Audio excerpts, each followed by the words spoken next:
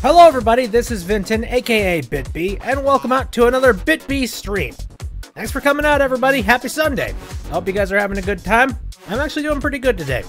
Now today, we're planning on playing a little game that came out in 2013. I know, it's not exactly new. I mean, I haven't exactly followed the rules too much in terms of what's new and what's actually, like, current and stuff on Saturdays and Sundays. This is just a game that it's not entirely too old that I just really want to play. It's a Professor Layton game, sort of, like Layton Brothers Mystery Room. This is a mobile game. It's available on iOS and Android from what I can understand. And now full disclosure here, I have played this game in the past. I think the first couple of chapters of this game. But I didn't really get too far into it. Maybe I got distracted by something. Maybe, like, I don't know, the ice cream truck showed up and I didn't get back to it or something. But, the point I'm trying to make here is I do know one or two things from the first couple of chapters of this game. And I just wanted to get back to it because I haven't played this in its entirety yet, and I am very much interested in doing that. So, we're going to go ahead and dive into it today, and I am planning on doing a bunch of episodes of this, that's for sure. Just because, like, I'm very interested in just playing the Professor Layton games in general. Like, I haven't gotten around to doing that. And this is the only game from the Professor Layton series that I've actually done. There. Okay, I'm setting it up right now. Because this is a mobile game, so I have to set this thing up to stream to you guys. There we go.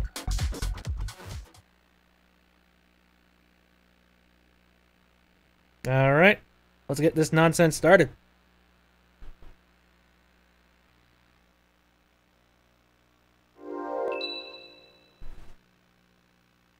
Okay. Layton Brothers Mystery Room. Sounds so chill and cool. Almost like I'm in some kind of a lobby. Anyhow, I think I played through Chapter 1 and 2, but that was like... I played this game around the time when it was new, so 2 or 3 years ago. So, if anything, I've pretty much forgotten about how these puzzles work and stuff. I'm just hoping that we don't venture too far into moon logic. Like, anybody who has played, like, a Phoenix Wright game or a Professor Layton game, like, it can really stray into the bullshit really quickly.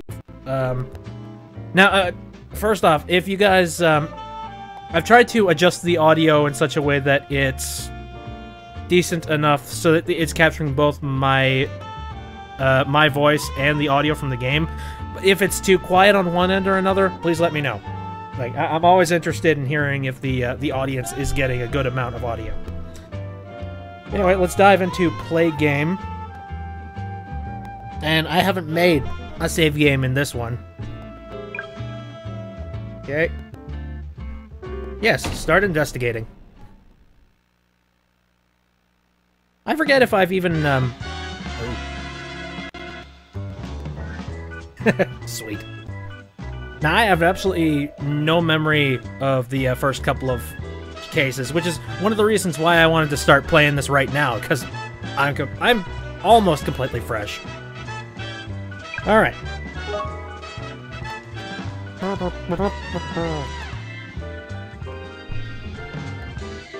Let's start this nonsense. Ooh. For years on, and I missed it. Shit. The heavens opened that night, and the... Will you stop moving so fast the fateful night when I lost fucking... When he killed me. Okay. No, really, it has a lot more dramatic tension when I can actually read it quick enough. Detective Constable Baker... Fuck. Pacing, have you heard of it? Like, let me go through the dialogue, goddammit. Oh, right. Her. I think she has, from what I played, she has a French accent, but, you know, if you've seen any of my other streams, you know that I'm terrible at French accents. Especially terrible if they are female French accents, so... Sorry. Sorry. Here. I'm actually going to take one of my earbuds out so that I can just hear my own voice to make sure that I'm actually making the right sounds.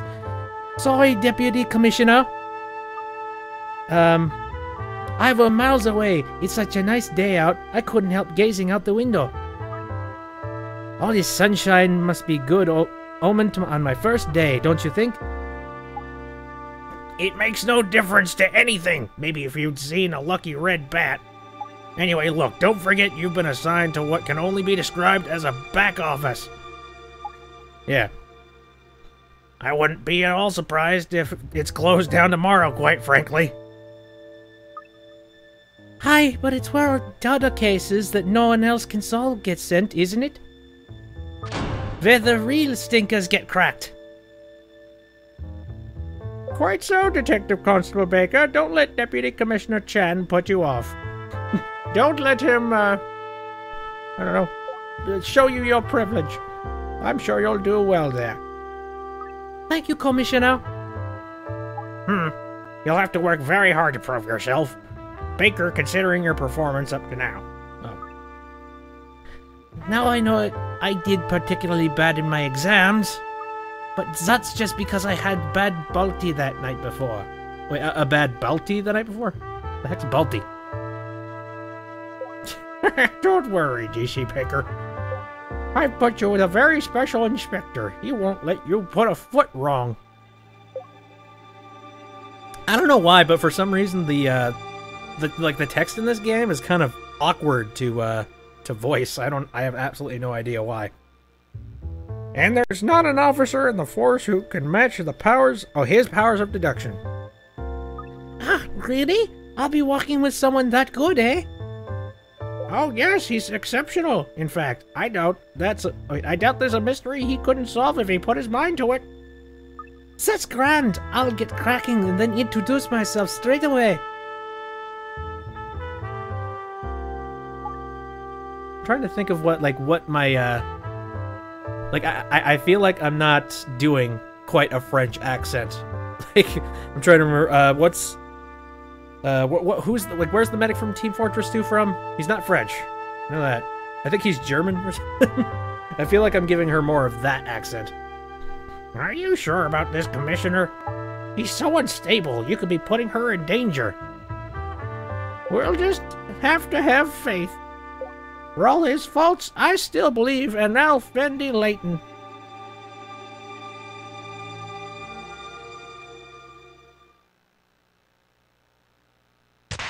Wow. And what a case. Okay, next up, file number 1, the hand sandwich. That makes sense. I wonder how many of these I can get through in one stream. That'll be interesting. I know that was just like sort of the prologue. This is going to take a little bit more time.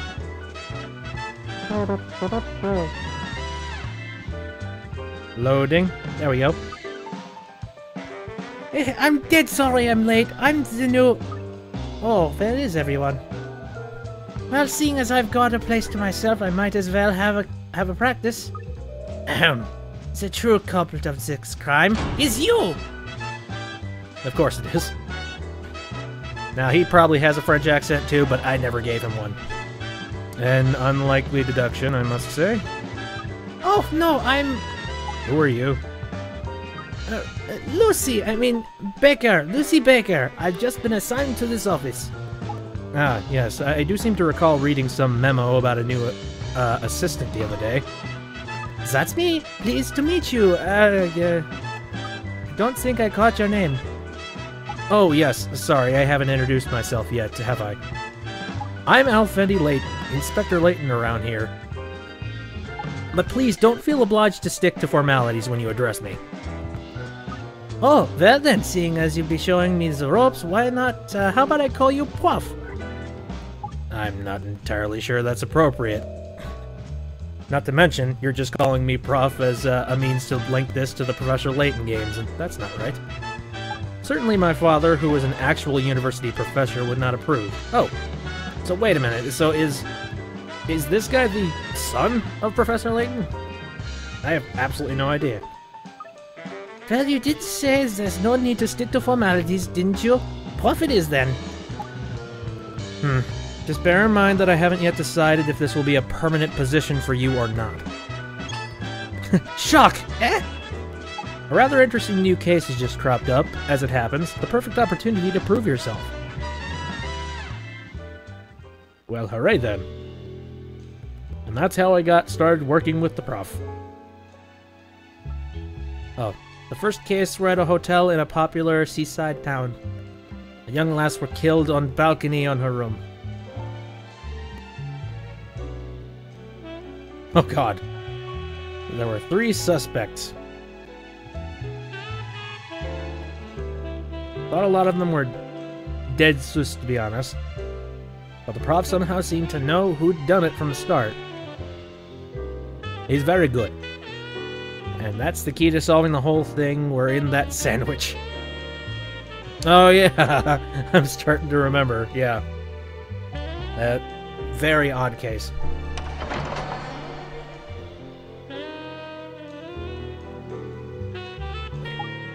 Let me talk you through the case. It happened just a few days ago at a hotel in a very busy holiday resort. That's a swanky-looking hotel place. Yes, it's a 5-star hotel with a wonderful sea view. Unfortunately, on this occasion, it was also the scene of a murder. Oh, a murder, eh? Yes, the victim was a woman by the name of Sandy Aldwych. Though she has stayed at the hotel alone on several prior occasions, this time she was with her lover. Wow. Busty, ain't she? On this afternoon in question, Miss Aldwych contacted room service to order a sandwich. It was the bellboy, Mr. Zachariah, who brought the order to the room. He's the first suspect. At Miss Aldwich's request, he took it out to her on the terrace. After Carrier left the room, a man claiming to be Miss Aldwich's lover turned up. Claiming to be... Yeah, this is where it gets a little complicated.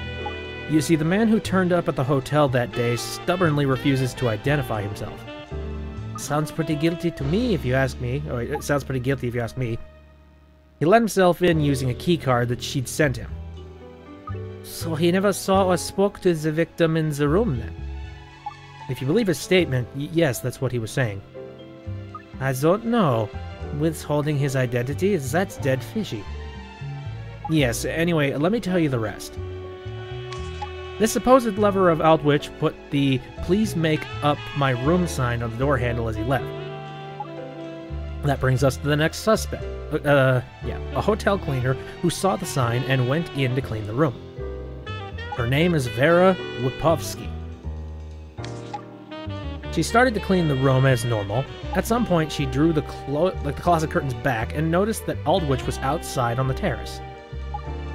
Seeing her slumped over the table, it seems Wipovsky thought that Aldwych had just fallen asleep.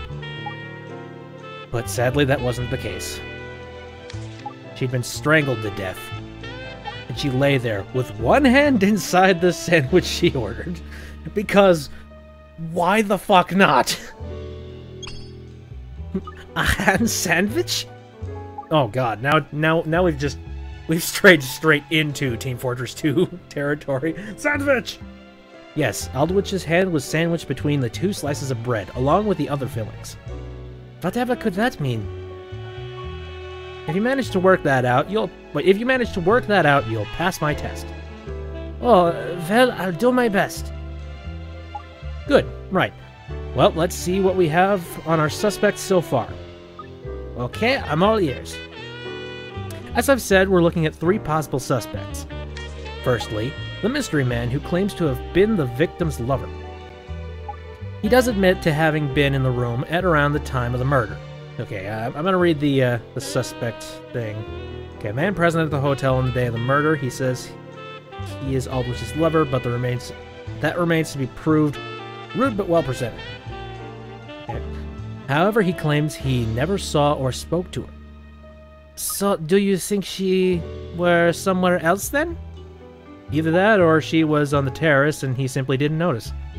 It seems the curtains were closed when he came into the room. I've already confirmed that it's impossible to see anything on the terrace with the curtains shut. Still, you'd think he'd figure it out. I mean, you know, wouldn't you, if you were lovers? And he won't tell us his name. Come on, do we really think we have to look any further? Like, do we really have to look any further? It was him. That's how the legalies work. Him! He did it! Let's just move on to the next suspect, shall we? Before making any rash judgments. Loose cannon. Alright, so the bellboy, Zach Carrier, he is the one who brought the sandwich the victim had ordered to her room. And this Carrier fellow, he saw Aldrich when she were still alive, didn't he? If you believe his statement, then yes, he was the last person to have seen the victim alive. I'd say that's worth double-checking then, eh? Finally, the last suspect is the cleaner, Vera Wipovsky. She saw the service request sign on the door and entered the room to clean it, then discovered the body. So one who discovered the body, eh? Fishy. And that's everyone who's under suspicion. Okay. The most intriguing thing about the case, of course, is why Aldrich had ended up in her sandwich. You know, that's kind of the one... Suspicious is an understatement in that one. Hi. That son is a right brain teaser and no mistake.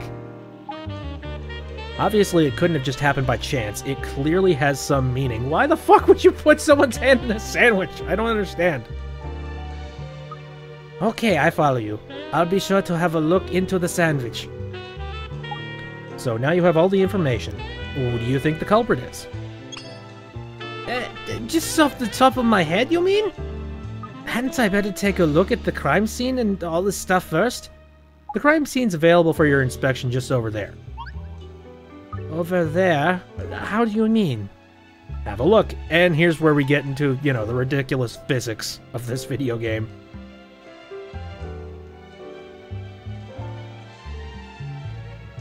Come on, load. There we go. By heck, Prof, what's this? This is the reconstruction device. It faithfully reproduces any crime scene right down to the I've never seen that word before. I am very illiterate. It completely eliminates any need to leave the office and travel to the real scene of the crime. Because, you know, computers, they're 100% accurate all the time. I had no idea modern policing was so advanced. Well, actually, you don't find machines like this anywhere else. It's one of a kind. So, shall we get down to the actual investigation business now? I'm expecting a visitor soon, so I'll limit you to 5 minutes, I think. Oh, yeah, that's right. You're limited to how long you can investigate the room. What? Just 5 minutes?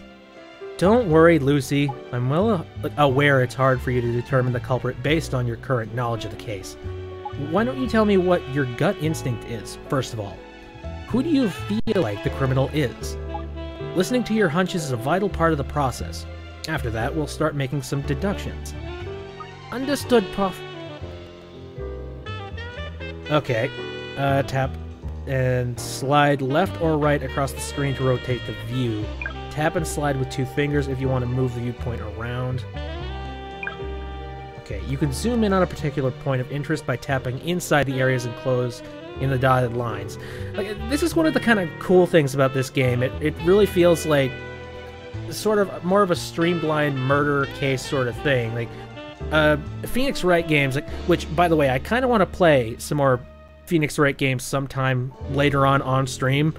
But the issue is, it really does take a heck of a lot of deduction and stuff. With this, it feels like it's kind of a controlled case where you're just looking into a specific room, and hence the term mystery room. I've only played like 1 or 2 chapters of the game though, so after like the 3rd chapter, I'm probably going to be absolutely lost. Either that or I've played it entirely and I've completely forgotten.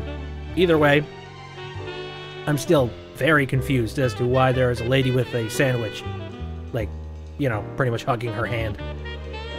Okay, when you're ready to say who you think who committed the crime, tap name the culprit at the top right. Once the timer hits 0, you must stop investigating the crime scene and say who you think is guilty. Oh my god. They're really explaining everything here. Case files and various other options. Okay. Well, let's take a look at the victim first off. There's a white marker on everything I can examine. Tap the marker to enter any new info into the evidence. Once I've examined everything with a white marker, I'll see a tick in that area on the overall view. Alright. And then I can zoom in with that. When I want to get an overview, just click zoom out. There we go. And then, yeah, as you zoom in a little closer, you can see some, like, hidden stuff. Let's start out with a corpse. Okay, corpse. The dead body of Sandy Aldrich. God. Sorry, Mike. Aldrich. Sandwich. Yeah. You could tell I watch a lot of Team Fortress 2 stuff. The dead body of Sandy Aldrich. The cause of death is posterior strangulation with a long, thin, strap-like object. Hitman! Take a look at the sandwich. An extremely full double fish sandwich. He's got quite the stomach. One of the hotel's popular specialties. Not a single bite has been taken from it, however. That's interesting. So, she didn't even get strangled while she was actually eating. Like, basically the sandwich arrived, and then she just got choked out. Tropical fruit juice. A glass of juice made from a bountiful assortment of tropical fruits. There's no identification that Aldrich drank any of it. Yeah, I have a suspicion that she might have even died on the first suspect. Oh, there's a random fried fish sitting out here. A breaded and fried fillet of white fish that's covered in pickle juice. Originally part of the sandwich, but removed for some unknown reason. And I'm sure there's going to be some moon logic sort of reason as to why. Okay. Table. Yep, very important evidence. A round table made of wood. Though simple in construction, it is well made and sturdy. Okay. And then I saw that there was a receipt down here. I assume for the sandwich? A copy of the receipt of the sandwich and juice. It's signed Bosco Phelps, but the handwriting is Aldrich's. Is this like the linchpin? Okay, so let's think about this one. It's her handwriting, but she signed it as Bosco Phelps? Like, that's odd. So, like, is she sort of like moonlighting as somebody else? That's weird. Okay, so let's zoom out again. That's the first portion of this place checked. Let's take a look at this. Let's inspect the deck chair. That's important. A deck chair designed for lounging in the sunshine. It reclines and is fully adjustable. Hell yeah. Zoom in. French window. Okay, a large, full-height window that offers an uninterrupted view of the coastline. It was unlocked at the time of and has Aldrich's Carrier's and Wapowski's prints on it. Okay. Wapowski. I gotta check something real quick. Wait a minute. Which one of them was Wapowski? Come on, load up. Oh, okay. You can check through the files you've accumulated on the case so far here. If you ever get stuck, my advice is to come here and go back over all the information you've gathered. Right. I want to check the people real quick. Who was Wapowski? Alright, okay. The victim's lover. Okay. Alright, so that makes sense. So it had Aldrich's, Carrier's, and Wapowski's fingerprints, which means that the victim's lover never got to the window in the first place, unless he was wearing gloves or something. Which is very possible, but that does line up with what we're looking at. Okay, there's still stuff to explore over here. Zoom. Check the curtains. Blackout curtains that block out all daylight. Sounds like my kind of curtains. When they are closed, it's impossible to see onto the terrace from within the room. We established that before, but now we have evidence to prove that. Okay. And now we got a potted plant. A potted plant that gives the area something of a Mediterranean feel. Mediterranean, sorry. What? A few of the leaves... Oh, a few of the leaves are wilting. It's a hotel. No matter how 5-star it is, you can bet that somebody is going to... Oh. Neato. Wait a minute. Tie. A high-quality tie made of silk. It's crumpled and creased, showing signs of having been pulled very tightly. Okay. She was strangled with a tie. Interesting. I know her lover has a tie, but I have a suspicion that that's... I don't think it was her lover. I think... I'm still sort of leaning on, like, the first suspect as potentially being the one that ended up doing it. And as for her, like, so-called lover, I think he's probably...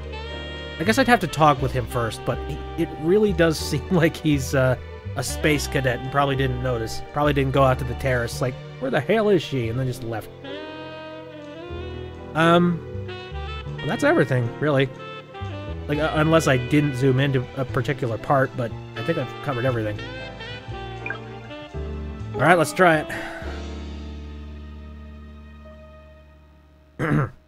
So, let's hear who you think is the most suspicious.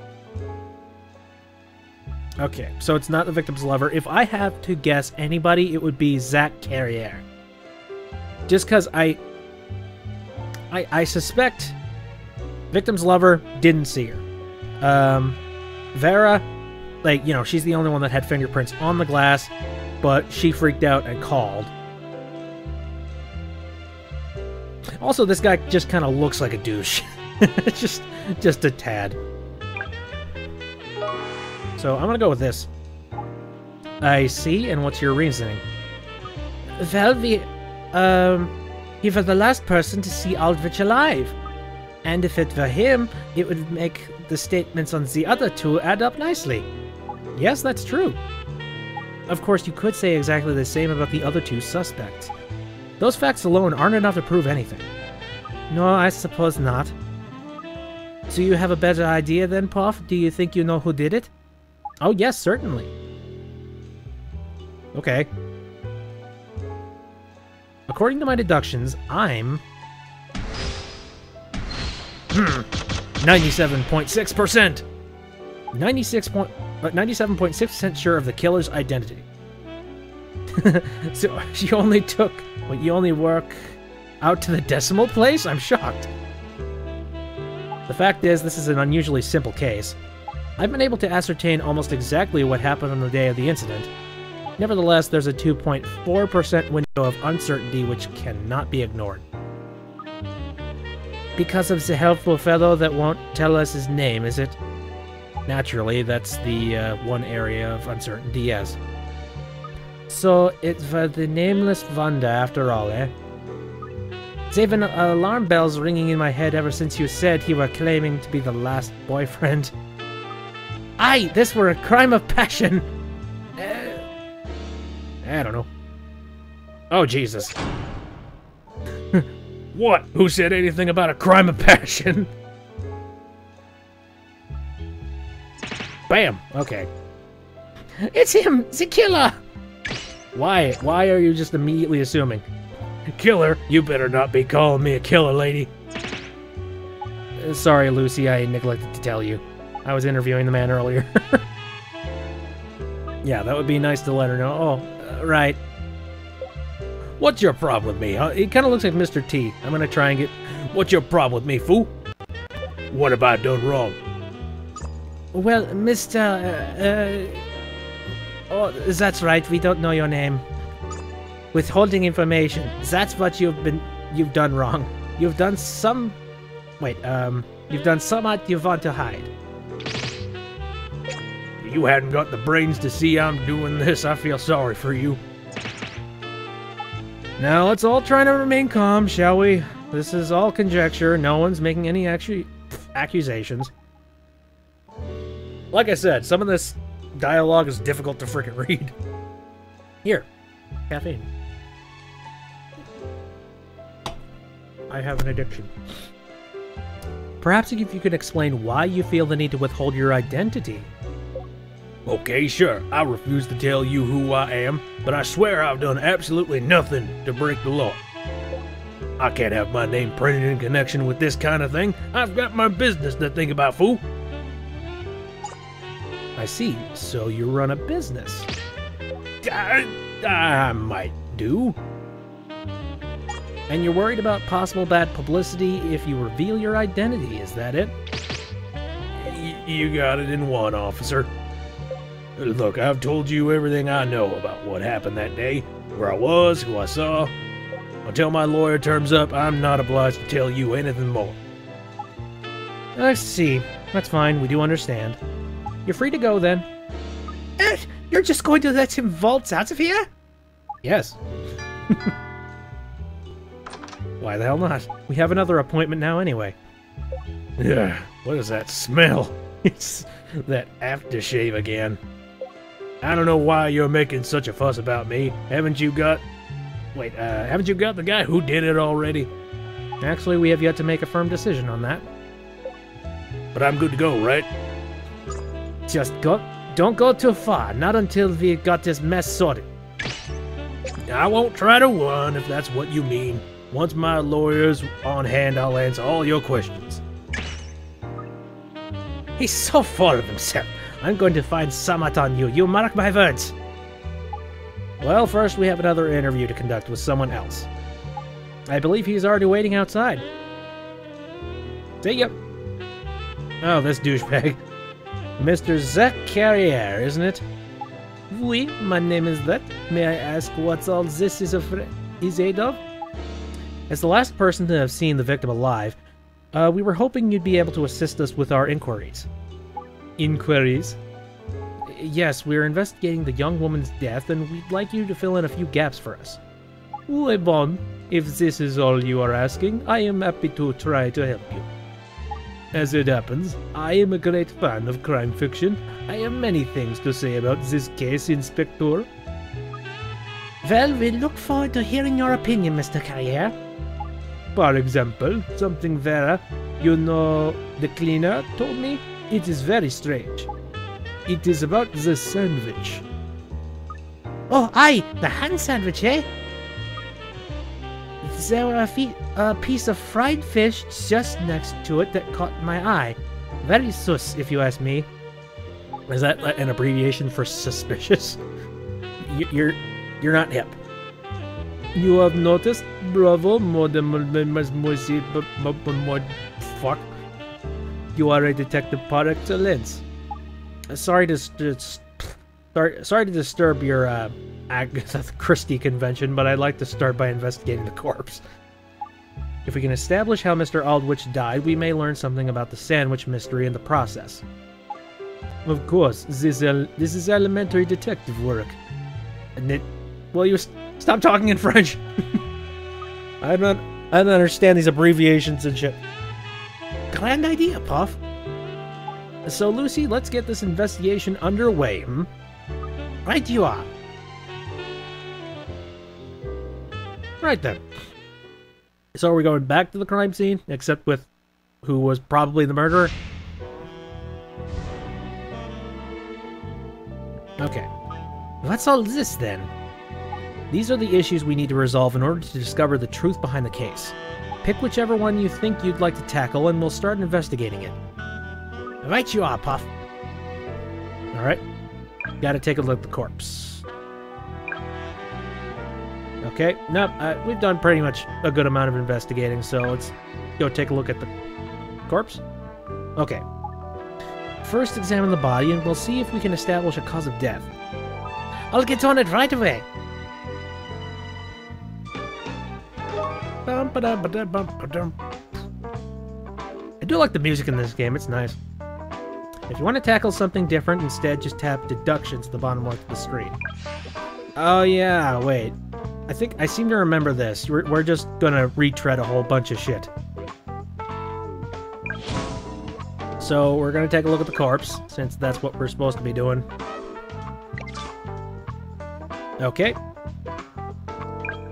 Got it. We know. She's dead. Strangled. Sandwich. Hand. So this is Miss Aldwich's body. It looks like posterior strangulation. You're familiar with the terminology, are you, are you, Lucy? You know what posterior strangulation is. Alright. Oh, what is posterior strangulation? Squeezing someone's bottom. No, that's not it. Throttling from behind, right? Yeah. Aye, posterior strangulation means someone wrung her neck from behind. Precisely. That was an easy one. Sadly, not all the problems we tackle here have such simple answers. No, I'm sure. If you're ever up against a brick wall, you might appreciate a hint or two about the evidence. Just have the hint icon next to the evidence question under fact-finding in the menu. Prof, what are you talking about? This is a murder trial, not a video game. Oh, thanks for that, Prof. I'll bear it in mind. Menu, fact-finding, then tap the hint icon. Got it. What about the murder weapon, Wait, he has a French accent. What about the murder weapon, Have you already located it? Yes. Oh, sorry, Mr. Carrier. Yes, according to the report, we did find the murder weapon at the scene. Let's see if you can uncover it too, shall we, Lucy? The murder weapon. No problem. Yep, I know where the murder weapon is. It's in that potted plant. Alright, so that's done. Now we gotta go look for the murder weapon. An examination of the body shows that Miss Aldwich was strangled with a long, thin, strap-like item. The murder weapon should be on the scene somewhere, so that's what we're looking for. Who wants to bet we're going to see one of these situations where I'm not going to find the murder weapon and I'm going to be very confused? I'll find it, Prof. Don't you worry. And we're off. Yep. Okay, it's right over here. That's the weapon. I found a tie here. Look. Yes, which would be consistent with the marks left on Miss Aldwich's neck. So this is it then, huh? We found the murder weapon. That cravat. Oh, do you know somewhat about this tie, Mr. Carrier? Oui, this is the cravat of the lover, the lover of Mademoiselle Aldwich. Whatever, man. I believe his name is Monsieur Phillips, oui. Bosco Phillips. Bayek, you know his name?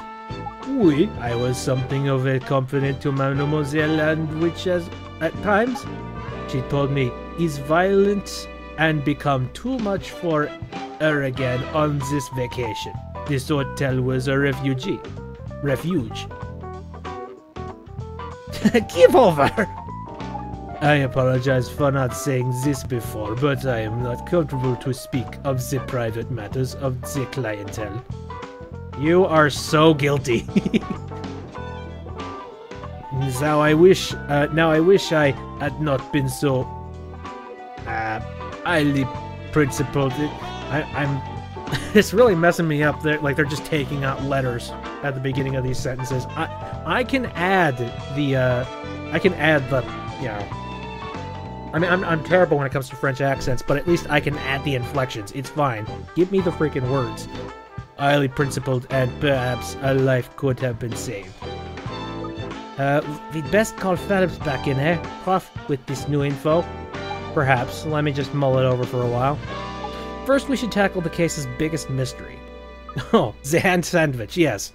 Yep, that would be the biggest mystery, for sure. Yes. Okay. His name is apparently Bosco Phelps. That was the exact same name that was on the receipt, too, so... Alright. However, it was in her handwriting. So she couldn't have written it. Like, well, she couldn't have written it, but it was her handwriting. It was his receipt. Still don't think that... I don't think that makes any sense. I think what happened here is Mr. French dickhead went and forged his handwriting and not hers. Actually, no, it forged her handwriting into his lettering, and we're gonna prove that somehow. Alright, let's take out the hand sandwich. The victim's body was found with her hand thrust among the ingredients of the sandwich she'd ordered. Dead fishy, that. Fuck off. Oui, this is of vital importance. Let's examine the sandwich first and foremost. Then we'll try to establish what her hand being inside it is telling us.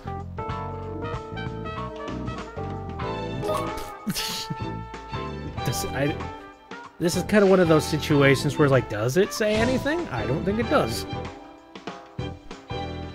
Right. Well, let's look. An extremely full double fish sandwich. With only single fish now, since the one fillet has been removed.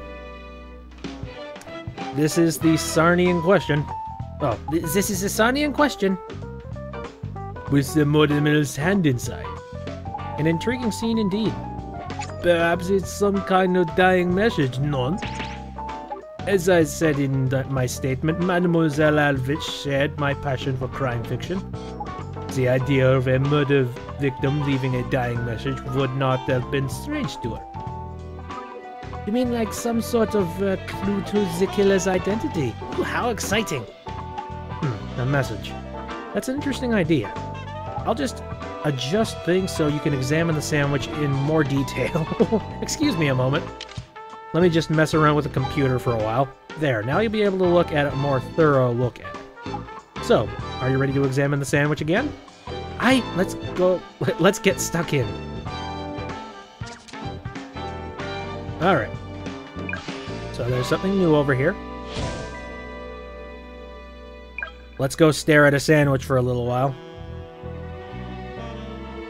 Alright. So... that's a lot of shit on a sandwich. Alright. Start with the Aldwich's hand. There's a bit of pineapple in there. There is egg. There is lettuce. Smoked salmon. And pickles. And then, of course, there's that one, like, bit of fried fish that's just sitting outside of it. So, you've had a look over it now? Aye, that I have. But what is the reason for her and her to be in this sandwich? I wonder if it's not why her hand is in there, but where her hand is in there. If you see what I mean. Très interessant, apart from her, and it is a sandwich of pickles, egg.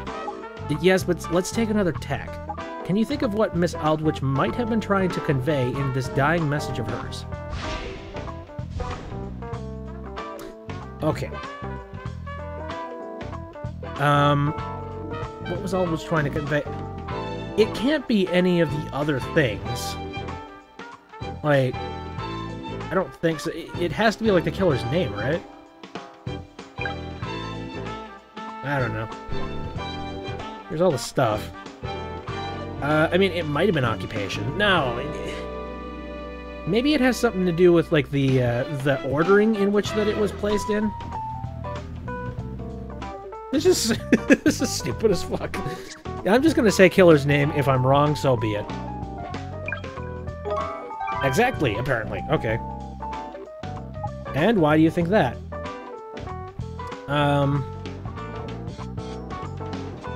Let's see. Yeah, what I'm thinking is, like, she probably put her hand in such an order. Yeah, it's got to be the order of the sandwiches, and maybe, like, the first letter of each one of the items in the sandwich. makes it make sense somehow. I've got it, by heck! She's spelling out the killer's name with the filling in her sarnie. Of course, the first letter of each of the ingredients. Yep. First we have pickles, then her hand, egg, lettuce, pineapple, and finally smoked salmon. That seems a little too much thought to be putting into a goddamn sandwich and putting your hand inside a goddamn sandwich. So we do. Wait, so we do. Whose name does that spell out then? It spells out Phelps.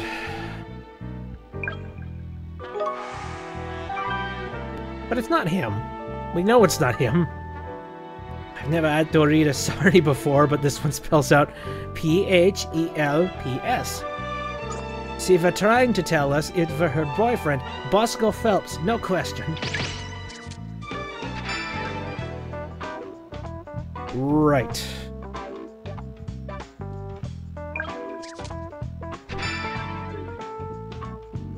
That's interesting. So the fried fish, like, that was taken out of the sandwich intentionally to try and make it spell correctly. Wow, all of the updates. That doesn't have to take a long time updating the files like that. Yes, I know. But you'll find a lot of extremely relevant information in the updated files. Don't overlook it. I hear you, Prof. Even they're making fun of it. Okay. Going back to it. It seems we have identified the killer. Bosco Phelps is guilty of murder. You must arrest this most violent criminal at once. How about no? Don't you worry. Well, it seems we've reached a conclusion then. Thank you very much for your assistance, Mr. Carrier. It was my pleasure. I always like to help to see that justice is done. Aye, ta very much. Do not hesitate to contact me if there is anything else I can do. I assure you we'll be in touch. Questioning. Over. Yeah, but it's not Phelps. Think. It's obviously not. So we know who the culprit is now, correct? All sorted. Well, let's just make sure we're on the same wavelength before we move on, shall we? Who do you think the killer... Oh, wait, who do you think killed Aldwych, Lucy? It was not Phelps. It was Carrier. Like, that's all way too convenient, and he's clearly covering himself up, so... Yeah, no. It's the Carrier, weren't it? Yes, it was. No one else could have done it. You only have to look at the heavily contrived dying message to see it. Hi, it's a bit too good to be true, eh? You did realize that, didn't you? Yes, of course I realized. I'm a detective par excellence, I'll have you know. Okay then. Well, let's examine the elaborate dying message a bit more. Yep, I'm not stupid. This so-called dying message that names Phelps as the culprit. It's clearly a fake, concocted by someone who did not know the man very well at all. Someone like Carrier, you mean? Yes. There's even evidence of the scene to support that theory. I suppose you're expecting me to find it, aren't you? An excellent deduction, Lucy. Get to work then. It's just his excuse for being lazy. Yay, I have an intern! It's like most jobs. Loading. Anywho, find proof that the message is fake. You know, if I were to have any sort of a guess, I would say it would be the receipt underneath the table. Like, I feel like that is going to lead to it.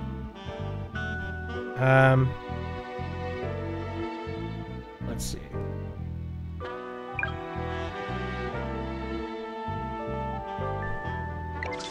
Okay. Copy of the receipt for the sandwich and the juice. It's signed Bosco Phelps, but the handwriting is... Wait a minute. Oh. I get it now. Wait. It's signed Bosco Phelps, but it's spelled F-H-E-L-P-S.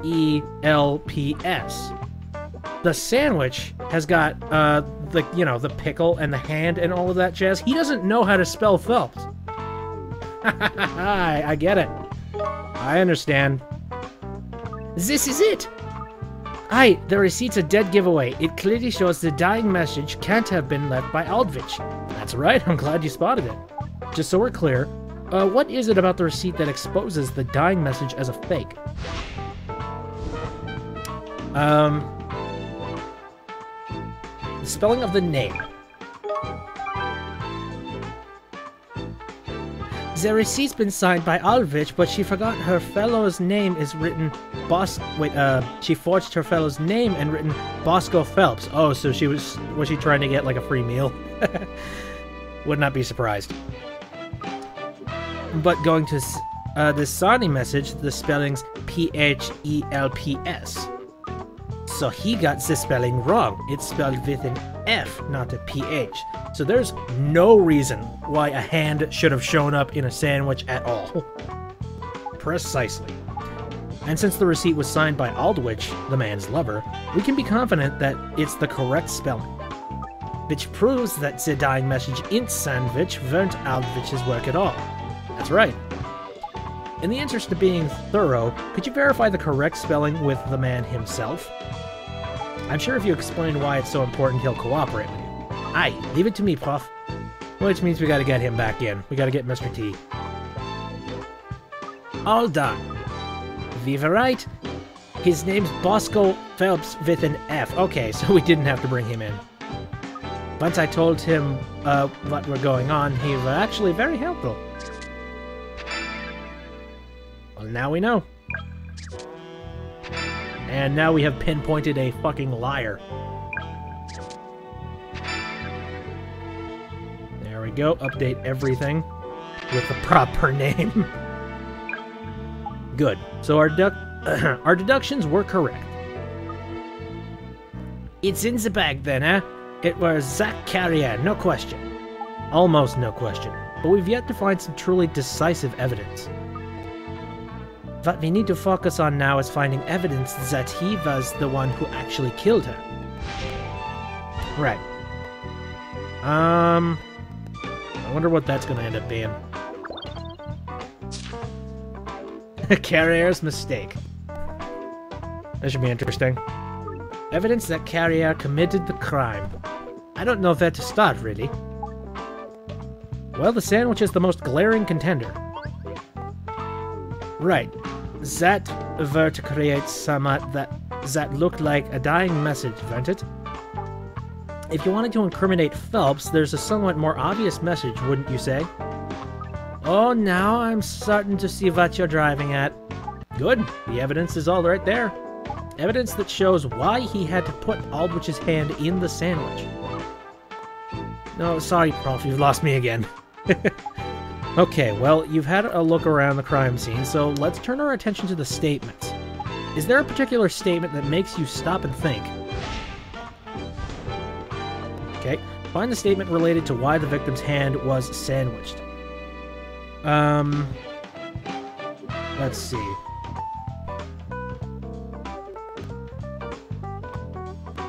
It's gonna have something to do with the PHELPS, right?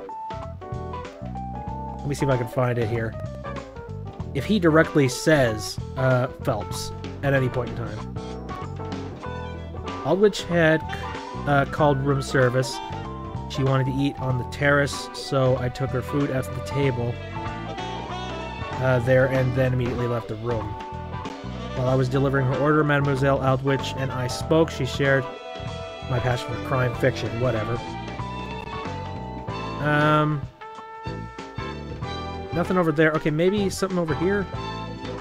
Find the statement related to why the victim's hand was sandwiched. No.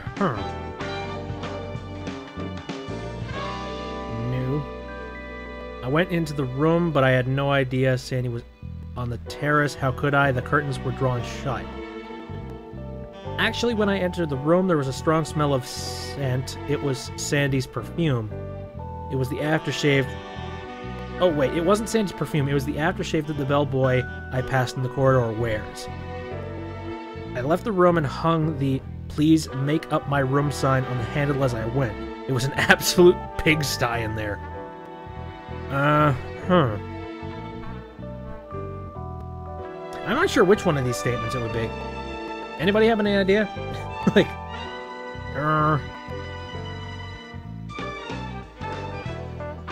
it's interesting.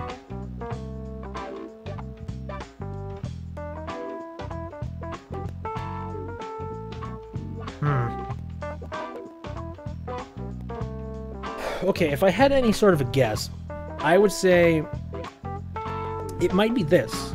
Because, like, she shared my passion for crime fiction, which had a lively conversation on the topic.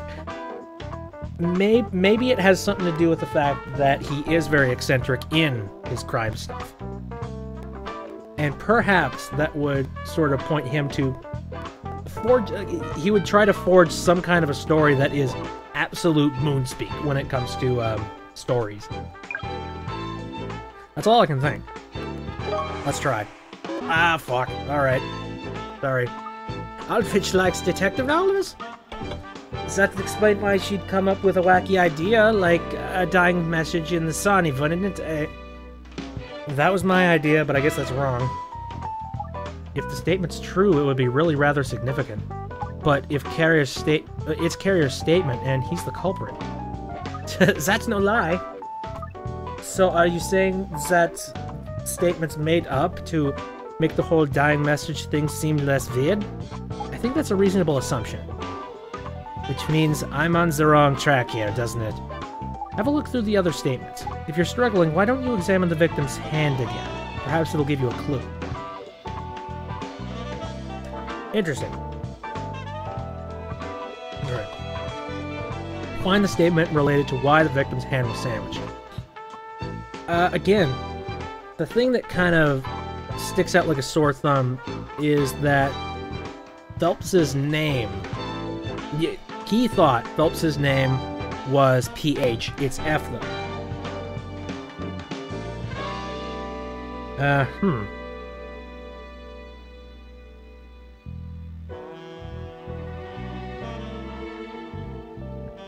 Interesting. Maybe it's one of Bosco Phelps's things. It's probably not any of Rapovsky's. I feel like Rapovsky is sort of the red herring. I don't know if anything she says is important. I only cleaned the room. That's all. The sign was on the door. All the doors lock automatically when they close. But I have a master key. I opened the curtains while I was cleaning the room, and there was the young girl on the terrace. I was surprised, so I called out to her, but she was dead.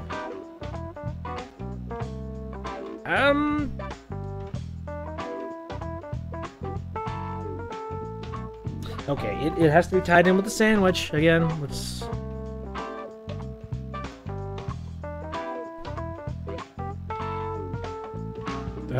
Mademoiselle Aldrich had called room service. She wanted to eat on the terrace, so I took her food out to the table, and then immediately I left the room. Meh. When I entered the room, there was a strong smell scent. It wasn't Sandy's perfume. It was the aftershave of that bellboy. No. Nothing to do with the sandwich. I went into the room. I had no idea Sandy was out on the terrace. Why the victim's hand was sandwiched? Why? I don't know. I don't want to get too many of these wrong. You know, I'm just gonna go with this one. No, I'm wrong again. I don't see the connection between the statement and the sandwich. I'm lost, Puff. I don't know why Aldrich's hand were in the sandwich. If you're struggling, Lucy, why don't you examine the victim's hand again? Perhaps it'll give you a clue. Yeah, you know what? I'm gonna examine the hand again. Maybe. How does one do that? Maybe I can go back? No, I don't want to postpone the investigation. God damn it. I wish I could just investigate the sandwich now. Alright. Find the statement related to why the victim's hand was sandwiched.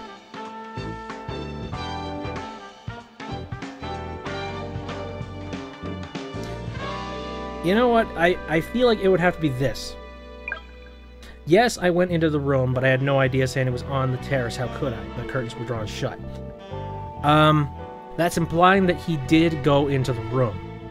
And at the time, the bellboy thought his name was P.H. Like, you know, spelled P.H. Phelps. Fuck! Alright. I don't see the connection between the statement and the sandwich. Alright, so we have 3 wrong ones.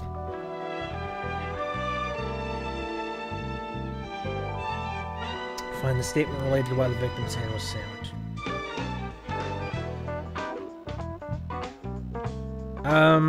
It might have something to do with this.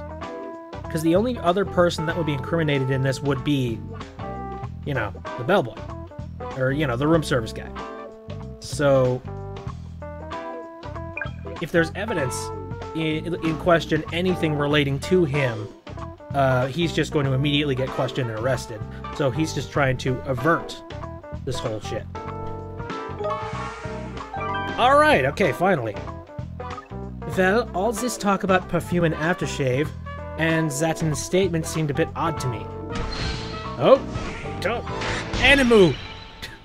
100%. That's it, Lucy. It is? I'll explain later. Call Carrier back here, would you? Quick as you can. Consider it done. I'm very confused. I guess we'll figure it out.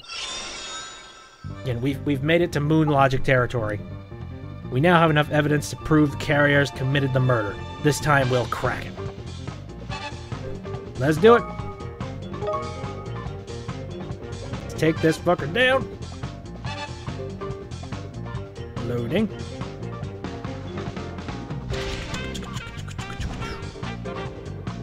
I am surprised you have asked me to come here again. You have arrested Phelps now, I presume? Nope. No, we haven't, because Mr. Phelps isn't guilty. Pardon? Mr. Phelps didn't kill Miss Aldrich. No, the real killer is... Boink. Wha-bam!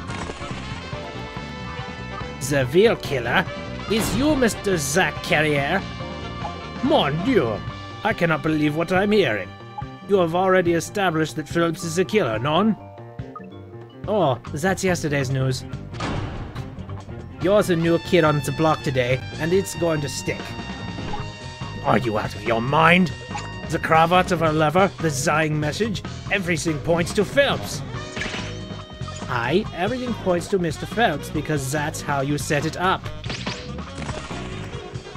If Mr. Phelps were truly the culprit, surely he would have gone to greater lengths to hide the murder weapon.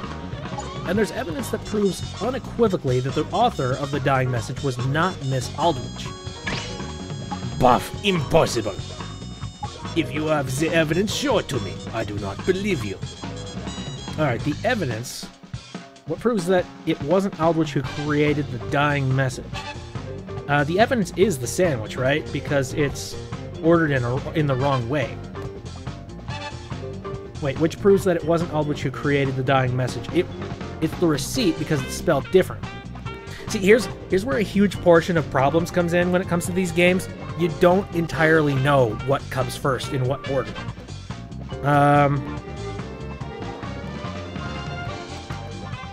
Let's see.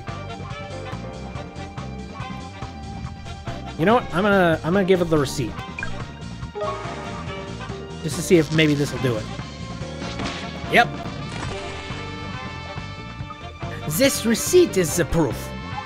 Is it the receipt for the room service, none? Exactly. It was I who gave this paper to the woman in the first place. What can this possibly prove? Have a look for yourself. You may notice it's signed Bosco Phelps. Oui, and... None. None. Aye, you've seen it now, haven't you? Phelps is spelled with an F, not a PH. And this signature was penned by Miss Aldwych. It's hard to imagine she would have gotten the spelling of her own lover's name wrong. My wee. In normal circumstances, you are right, of course. But the sandwich was Miss Aldwich's dying message that she has created while she was being murdered. In this circumstance, it is no surprise that she has made a petite error. She was in panic. Yeah, right. True, that would make perfect sense. But if Miss Aldwych was in panic, then something else she did doesn't make sense at all. And what is that? A certain piece of evidence should make everything clear. Lucy, do you know what piece of evidence I'm referring to? I think it would be the fried fish. She very actively made the decision that taking the fried fish out would make it spell correct.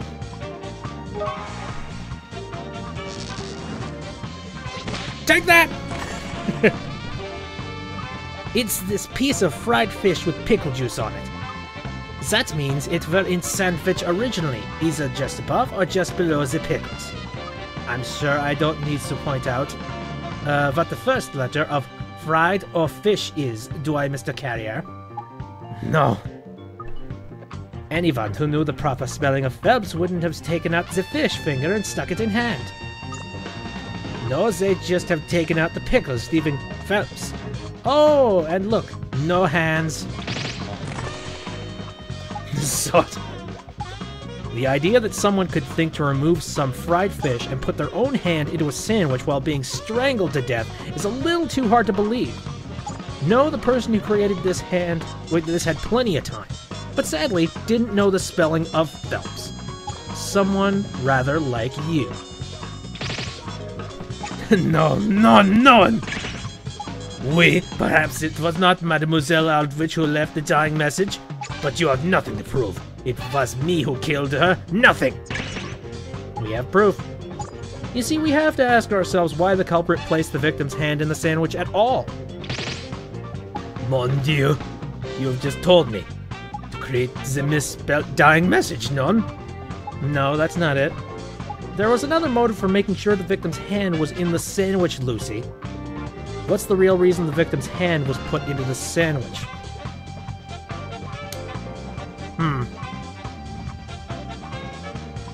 I think it's to disguise the smell. That seems to be the case. It wouldn't be a wound, because she was choked. Cool it down is stupid. To trap it in place is even stupider. It's to disguise a smell. Take that, asshole! Oh, his heart's completely exposed. You wanted to mask the smell of your aftershave that were on Miss Aldwich's hand. Mr. Phelps' statement confirms that you frequently wear very strong-smelling aftershave. Value of us throttling her, I bet Miss Aldwych were grabbing at you, getting that scent all over her hand. So you needed something to disguise the smell. You put her hand in the sandwich so it would get covered in pickle juice. The logic of this game is lost. But you knew that the victim having her hand in a sandwich would raise too many questions. So you created a diversion in the form of a dying message. None? None! This is your fantasy! You have imagined everything! We have proof. If I'm not mistaken, Miss Aldwych must have left a mark on you. A wound, where she grabbed at you when the aftershave rubbed off on your hand. On her hand, rather. You have no basis to say this. Can't you see? Can you see such a wound? Take off the scarf, asshole. Not at the moment, because you're hiding it. You're hiding it. On your neck.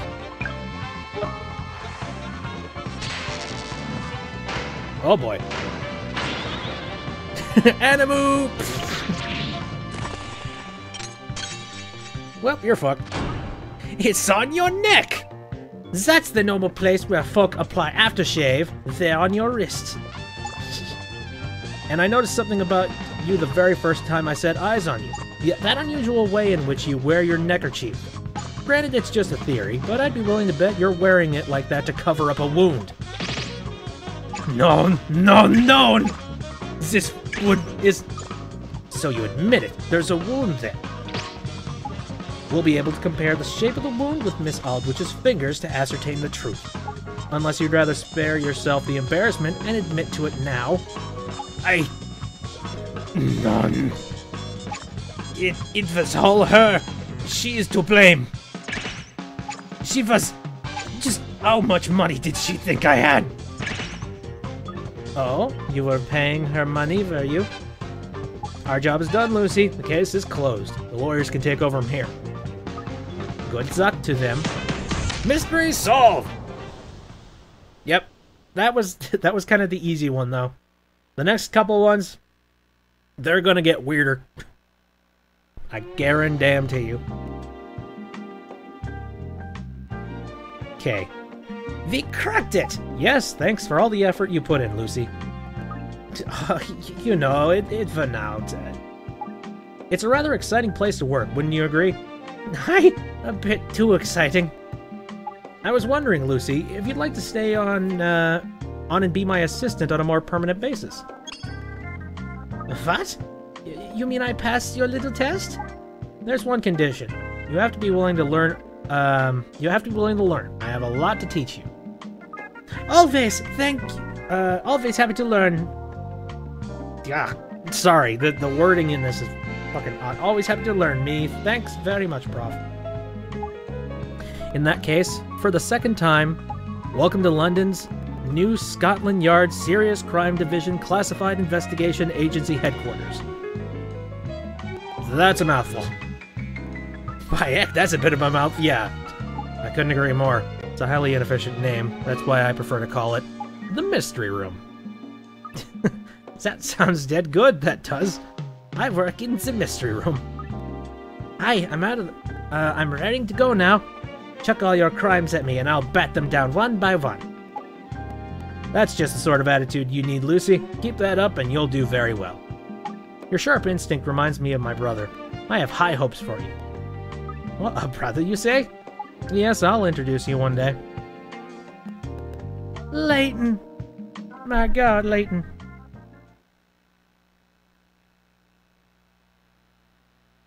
Well, that was fun. Is this a teaser for the next one? See, yes, that's right. I've assigned a young woman there. She's completely inexperienced, but of course. I'll continue to keep a close eye on things. Who the hell are you? Case closed. Alright. Whew. You know, I thought that first mission would go by a little bit faster, but I kind of got... I got hung up on a lot of the weird shits that, like, you know... That's one thing I'm not a fan of when it comes to these mystery games, because even if you're right, like, tangentially, it's all about, like, you know, selecting the absolute correct answer, and I'm not 100% okay with that kind of stuff. But worst case scenario, I go look it up. It's cheap, it's cheating, but oh well. These games almost ask for it. Anyway, I think we're going to have just enough time to try and do file number 2. The bungled burglary. I think I'm going to try and do this, and I've noticed my streams are quite short. I don't know, not recently, but like, I don't know, they've been pretty short. I feel like I could probably get through the entirety of the second one, so let's go ahead and do that. Dive right in, shall we?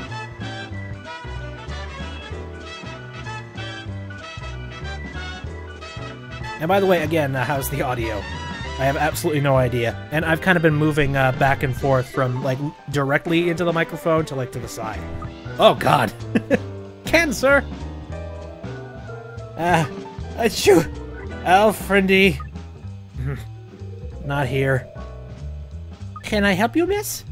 Oh, Al's got a young woman in here, has he? My name is Florence Sitch. I work at the lab. Yeah, I think I'm gonna give her a little bit more of a stuffy noise. Hello, Florence. You're actually on time today, I see. Not funny, Al. You should be ashamed of yourself bringing a woman back here. No, I just started work here. I'm Lucy Baker. Oh. No blood, is it? Well, anyway, enough preamble. I want you to look into this case. I've sent our lab report over already. Why do we have such a sickly person working here? Jesus. This is a shitty office. It's not like you to ask help with a case, Lawrence. Is it especially puzzling? It's as clear as a test tube. A burglar broke into the flat and killed one of the residents. Well, if it's that black and white, how come you want us to get involved? Because it doesn't add up. Oh? The suspect is suspicious as they come. He's made a statement already, but I'm certain there's more to it than that. More than meets the eye. I can't avoid the thought of the case being closed before I've dotted all the I's and crossed all the T's. So you want the prof to look into it and figure out what's niggling you, is that it? Yes. Would you mind, prof? I'm not sure I like you calling me that, Florence. If that's your only objection, I presume you'll take it on, prof? If you promise to make that the last time you address me like that... Al, you have a deal. So, where's the file? Didn't I already say I sent it over? Oh, yes, here it is. Yes, we'll start investigating this at once. Just know this, if you fail to solve it, I swear I'll keep calling you Prof until the end of your days. Lucy, we have to solve this case. Failure is not an option. Professionalism will see us through. Right. It were a case that came up just as I was starting to get used to working in the mystery room, Blurt. It happened in a fairly ordinary studio flat. Will you slow the fuck down, game? We're used to seeing blood by now, and the male victim in this case were covered in it. God damn it. Oh, wow. Beardy McBeard. Highlight lady. Security guard. If I'm never being surprised by the cover clip... I'm not even going to try to read these goddamn things. If you guys want to pause it and read the story, cool. I don't think it's going to be relevant to anything we're doing. File number 2. The Bungled Burglary.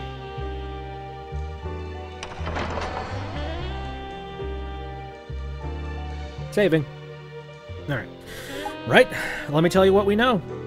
The victim in this case is a young male murdered in his first floor flat. Okay. We've already managed to identify him, and he's something of a loose cannon. Oh? Yes, a certain Jack Potsby. The incident occurred a few days ago, just after midnight. His wife, a young woman by the name of Goldie Potsby Mann, was having a shower when she heard him scream. She ran out of the bathroom to see her husband lying on the floor and the culprit running away. According to her statement, the killer was a muscular man dressed entirely in black. So that should give us a good head start with finding him then, eh? Now, I actually remember this case. I played it once before. And I already know who the mastermind behind all of it is. But for the sake of keeping my mouth shut, we're just going to keep playing. There. I will say, though, the culprit is going to end up being somebody who's not really on the main roster. Like, well, not really. There's going to be a twist. I probably shouldn't have even said anything, really, but I want to be kind of... I want to be transparent about the fact that I actually know a little bit about this case. But I don't know how to get to where I want to go, though. Well, the block's caretaker, who was on duty at the time, heard the sound of glass breaking. He ran upstairs and knocked on Potsby's door, whereupon the wife told him about the intruder. Wasting no time, the caretaker conducted a search on the grounds and apprehended a suspicious man. He got him? What do they need for... what do they need us for, then? There's not for us to do, surely. Yeah, because, you know, finding some random guy on the... you know, just a random guy outside the building. Yep, he's the murderer. Take him in. Well, the apprehended man has an alibi of sorts. He's a known petty criminal by the name of Buster Nix. Oh, that is a straight-up Phoenix Wright name if I've ever heard it. He claims he was attempting to break and enter a ground-floor flat at the time. Oh, very nice. This is a lie some people tell. He says he ran off when he heard the sound of shattering glass. In this statement, however, he claims he didn't see anyone coming down from the floor above. Of course he didn't, because it was him that did it. The deceiving numpties incriminated himself with that. I think not. If he wanted to deceive us, he'd be claiming that he didn't see someone else running away, surely. Well, he did see someone else running away, surely. Oh, I suppose you're right. That would make more sense. Yeah, pretty much. That's what's really bothering me. If you conclude Nick is telling the truth, things get very complicated. Don't say just. So let's start making some deductions, shall we? Do you think you can determine who did it from the crime scene and witness statements we have? Is you going to put me on the spot again, are you? I tell you what. First, let me fill you in on the 3 suspects. To start with, of course, we have burglar Buster Nix. Very suspiciously, he was caught in the gardens around the block of flats immediately after the incident. But there's his statement. Don't forget, if he really is our man, then what he said doesn't make sense.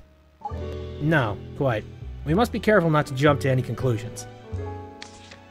Next, there's the caretaker.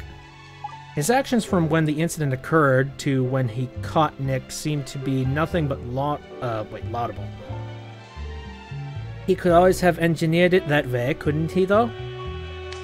Finally, there's the victim's wife, Miss Goldie Potsby Mott. She claims to have been showering at the time of the incident and was the one who discovered the victim. Wow, that's a stunner. Oh, really, she is? Are you joking? Boobs! Well, anyway, that's what we know about the suspects. Now I've set up the reconstruction device to include all the info we've gleaned so far for your perusal. We're a little short on details for you to say with any certainty at this stage, but what's your gut instinct, Lucy? Who do you think the culprit is? Once you've had a thought about that... once you've had to think about that, we'll start trying to make some logical deductions. Okay, who's the criminal? Just go with your gut feeling to start off with.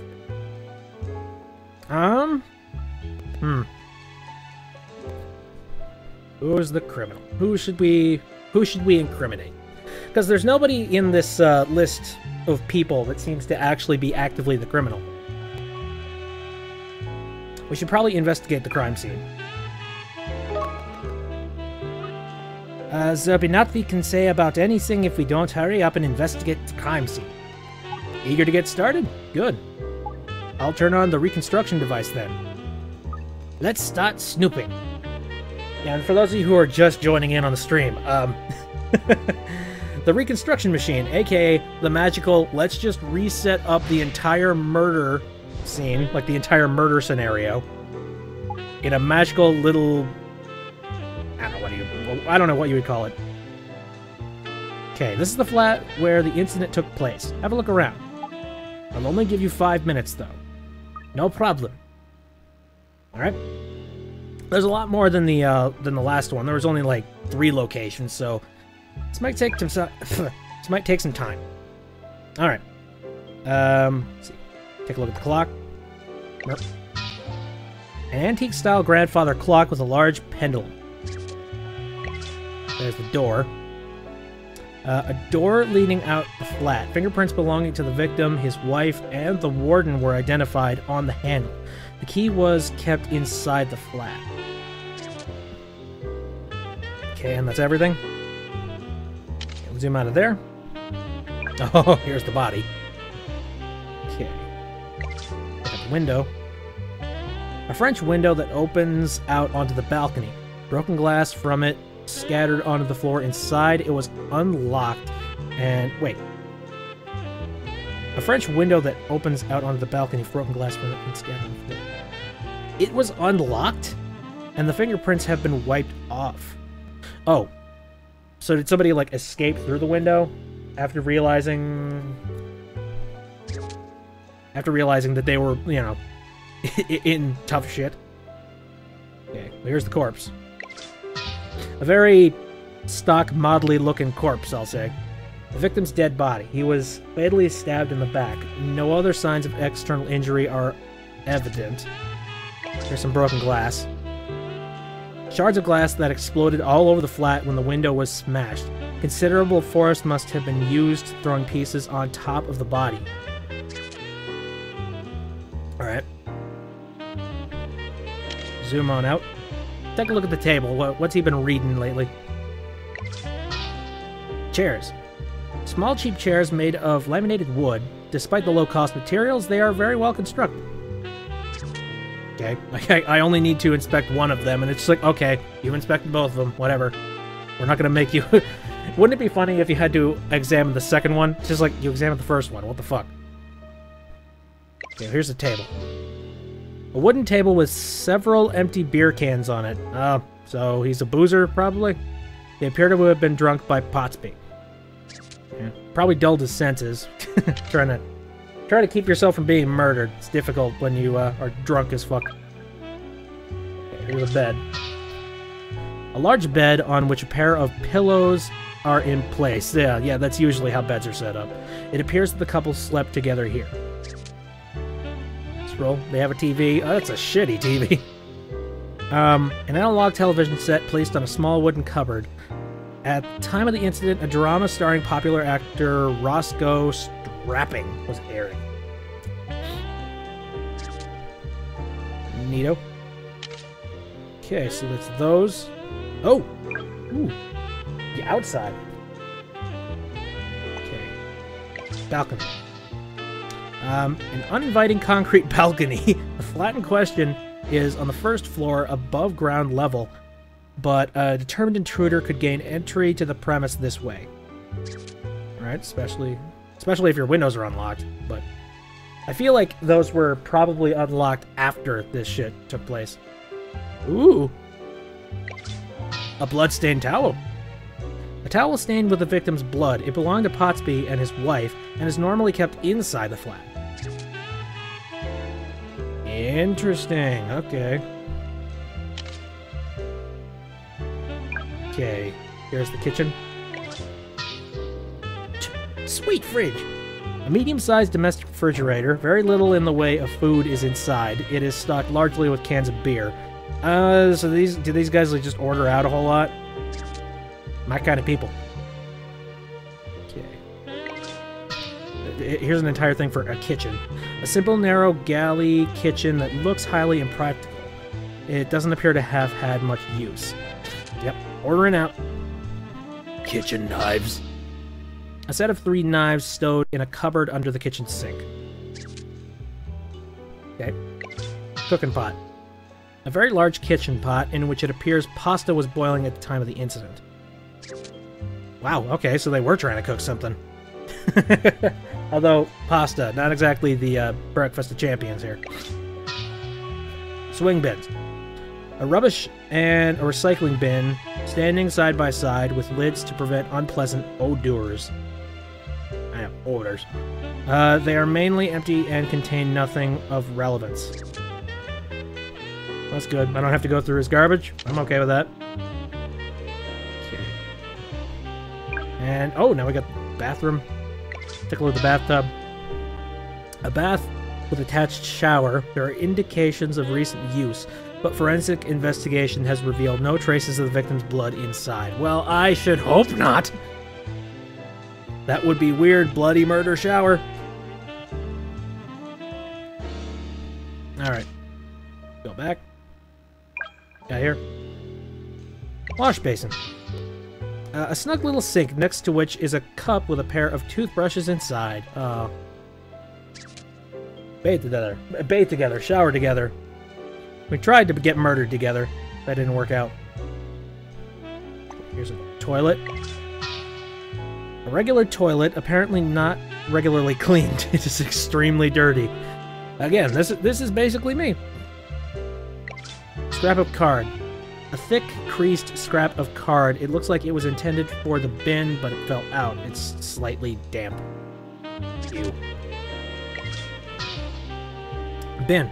A rubbish bin containing discarded toilet rolls and wrappers and the like. It doesn't appear to contain anything related to the case. I mean, let's examine the toilet rolls, huh? You don't know. There could have been diarrhea involved in this, and you're going to want to know how much toilet paper was put through. Well, check out the wardrobe. A closet containing the victim's clothes and those of his wife. Its contents appear to be in a complete jumble. Okay. Telephone. A touch-tone telephone. The phone's records show that on the day in question it was used only to call the police after the incident occurred. Alright. So there's nothing weird pertaining to the phone. Okay. Memo pad. A pad of paper with several phone numbers sprawled onto it, all of which have proved to belong to various takeaway food. Yes! I knew it. Lack of making their own food. I knew it. Alright. Well, that's everything.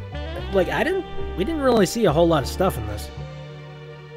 Like, I mean, like, we've inspected the body. We did go out into the balcony over here and we found that blood-stained thing.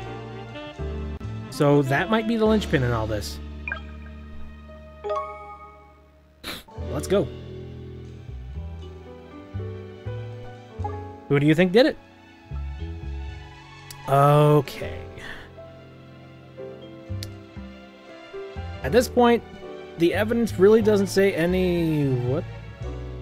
A mysterious intruder witnessed by Potsby Man. She describes him as muscular and dressed entirely in black. Well, that intruder is supposed to be this guy, right? Or at least that was the suspected thing. Honestly, I'm not liking the look of any of these guys. I kind of want to see what would happen if I just select this one. What brings you to that conclusion? Well, considering all their statements, I can't see how any one of these three named suspects could have done it. So it must have been a shadowy figure that the victim's wife saw running off. Wouldn't you have expected either the caretaker or Nick to have seen the other man, though? Well, let me tell you what I think. I suspect the true culprit, in fact, is the victim's wife, Potsby Man. Huh? Interesting. You don't! Yes, I can say that with Animu power, 96.4%. That's very sure of himself. 96.4% certain. You're pretty sure of yourself again, aren't you, Prof? Well, there's still an uncomfortable 3.6 band of uncertainty that we must eliminate. I'll need to speak directly to the suspect in order to clear up one or two loose ends. I assume you mean our prime suspect, Miss Goldie Potsby Man. Though it's not officially related to the case, the woman has an extremely worrying history. She's had 3 previous marriages, each one which has ended with her spouse I could have used that information before when I was trying to figure this shit out. Okay. Thanks, buddy. A stunning beauty, she's already been widowed 3 times in the past and lives a very opulent life off the resulting life insurance. I have a feeling we're gonna find something about how, like, she leaves life insurance policies for all of her husbands and shit. Give over. Talk about leaving a trail. The police and insurance companies investigated the incidents, of course, but they couldn't find any indications of foul play. Maybe she's just dead unlucky then, do you think? Let's reserve judgment on that until we've met the woman in person. She should be here any minute. Do you think she has any idea who is onto her? To help us with our investigation, was the way I put it when I asked her to come in. She probably knows. I guess we'll have to try and catch her off guard then, eh? Yes, I don't expect she'll give much away, but as we home in on truth, hopefully she'll get flustered. I'm counting on your help, Lucy. Well, it doesn't sound like it's going to be a walk in the park, but I'll do what I can. Good, because I believe she's here. Here we go. Oh my, what the fuck? Okay. Now, were you the gentleman who requested my presence here? Oh, wait. Does she have like a southern drawl? Now, were you the gentleman who requested my presence here? What the? Miss Goldie Potsby, man? That is my name. A pleasure to meet you, I'm sure. And, who is this fellow with you? Well, I would have thought that was perfectly plain. Bing here is my new man. She doesn't seem too broken up about this. Grrr. Okay. You got a new fellow already? But your husband's very cold. Husband? Oh, yes, I did have a husband, that's right. Yeah, talk about unfeeling. And what's that you've got around your fellow's neck? A collar? Isn't it swell? I chose it myself. Jesus. Unbelievable. You can't do that. Well, I do declare, the police interfering in a young lady's private affairs of the heart. No, that's not what I meant at all. Miss Potsby Mon, we fully respect your privacy, and your relationship with this man is not our concern. However, I wonder if we might ask your friend to leave us alone while we discuss the case? Bing is my best friend, Inspector. We have no secrets between us. If I say stay, he stays. Like a diligent dog. I'm afraid I cannot allow information about this case to be revealed to a third party. Please, if you wouldn't mind. Oh, very well. Bingo, home, boy. Go wait for me under the porch. Aroo! Now, boy. Aroo.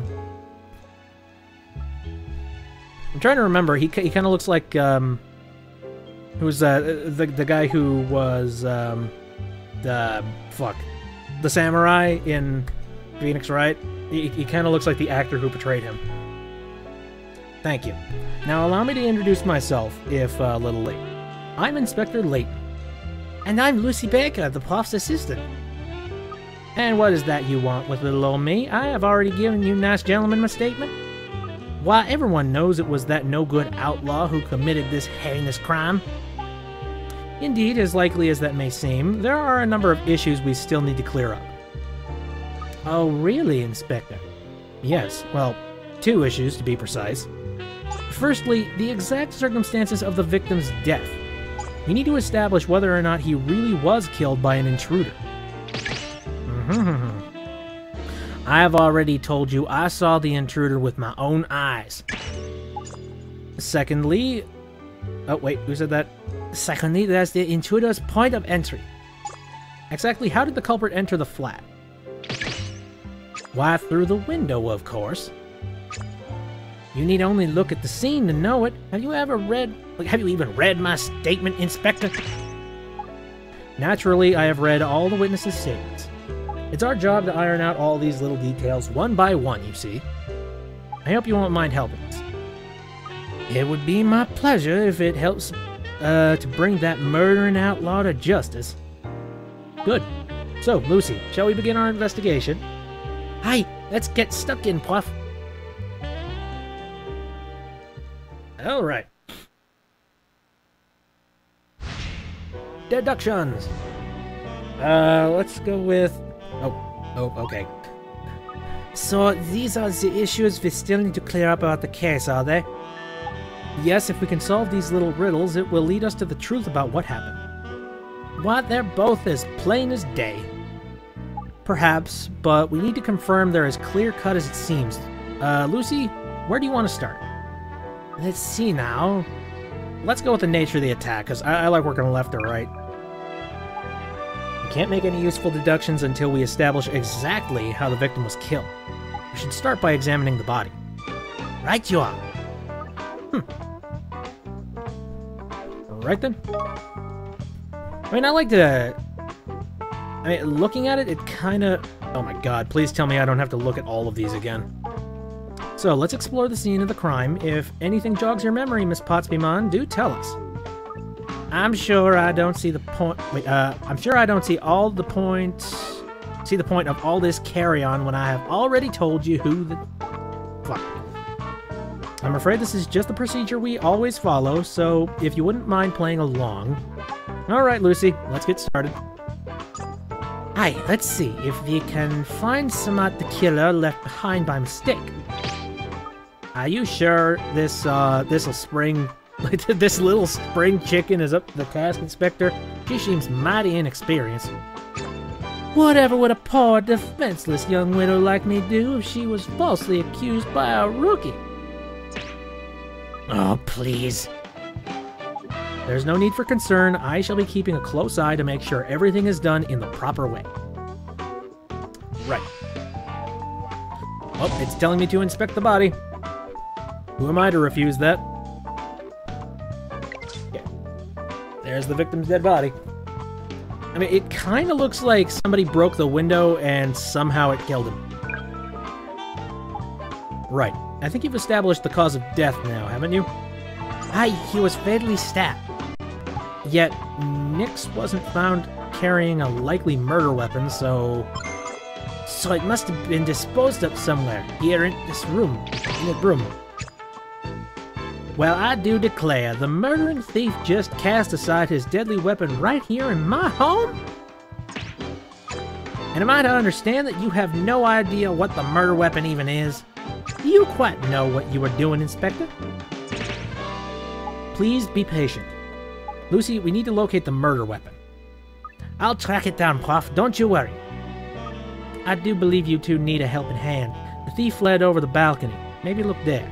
Yeah, I've already found it, so... Find the murder weapon. It's right over there. I'd have to guess it probably had the bloodstained towel, probably like wrapped in it. Now, honey, you surely cannot stab someone with such a curious item. You do know that, right? I just slipped up, that's all. Well, yeah, but like... Okay. Well... Alright, fine. Okay, so the balcony. The balcony is not the weapon, that's for sure. Well, she said look at the balcony, and like that's the only thing that even slightly points to there being something wrong or all that jazz. Okay, is there anything sharp on the ground that could... Okay, maybe the broken glass? These shards of glass are pretty sharp, Prof. You mean one of the larger ones could have made a makeshift weapon? That's what I was thinking, Yes, the investigation officers had the same idea, so forensics studied every contender. Yep, here comes a but. But none of the shards matched the size and shape of the victim's wound. I knew it! Oh man, what terrible bad luck. Keep looking, Lucy. What else could have been used? Alright, I think now I could probably go to the balcony. Well, actually no. Hold on a second. Let's take a quick look at the kitchen knives. Is there some kitchen knives here, Prof? Could be the job. That would be consistent with the long, thin blade that forensics tells us the victim was stabbed with. Aye, he was skewered with one of these, alright? Right in the middle of his back. Sadly, that's not the weapon we're looking for. Oh, why not? An officer already found those knives, and forensics has examined them for traces of blood. None were found. In fact, they look almost brand new. I'd say the inhabitants of this flat rarely cook. That is an insult. Now, Inspector, whether we cook for ourselves or not is surely none of your business. Oh, pity. I thought I was on the summit with that. I'm beginning to feel like you will never find the murder weapon at all. On the contrary, we will most certainly find it. Lucy, let's keep going. When is all this carry-on going to end? My poor heart surely cannot take much more. You're cold as fuck. What are you talking about?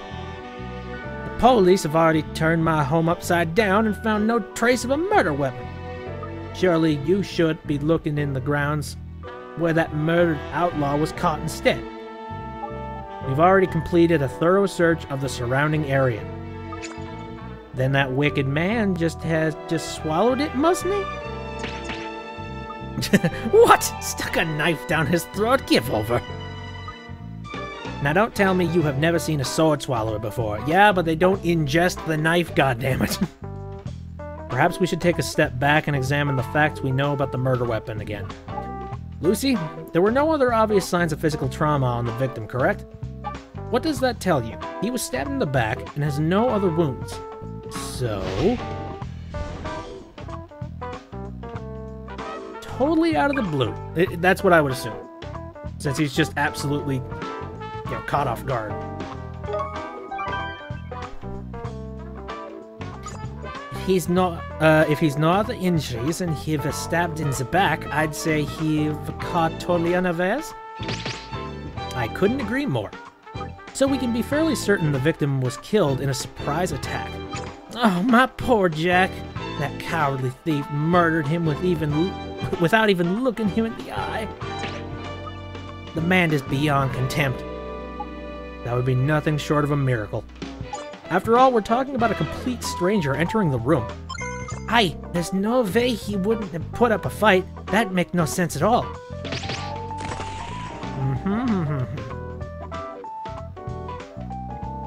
Poor Jack. He must have drifted off to sleep in front of the television. My poor honey did that a lot. That must be the reason why he did not notice the murderous villain breaking into the apartment. That was kind of a loud break-in. Break the window, jump through. He must be really sound sleeper or something. That's an interesting new piece of information. We'll file it as a witness statement if you don't mind. I'd say that's more or less all that we can deduce about the circumstances of death at this stage. Neato.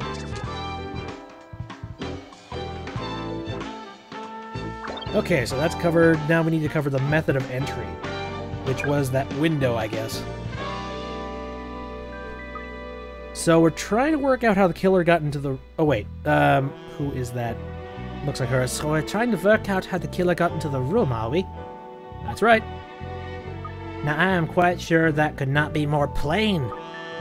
Why, you only need to look at all that shattered glass to know that the outlaw came in through the window. And that's the only possible way, is it? Isn't there some other way in the flat other than through the window? I'll have a look around to see if I can figure that out, Prof. Alright. Let's take a look.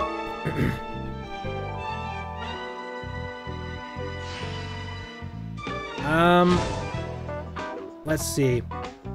Well, it couldn't have been the front door, because I remember they were talking about how the key is located inside the flat. They can't get through there. If I had to take a guess... Here. They were talking about how the window is actually... I remember, the window was unlocked. Yeah, it was unlocked, and all the fingerprints had been wiped off. So, could it have been unlocked during the murder? That's my first thought. You're supposed to be looking for other likely points of entry into the flat, Lucy. I am! It's unlocked!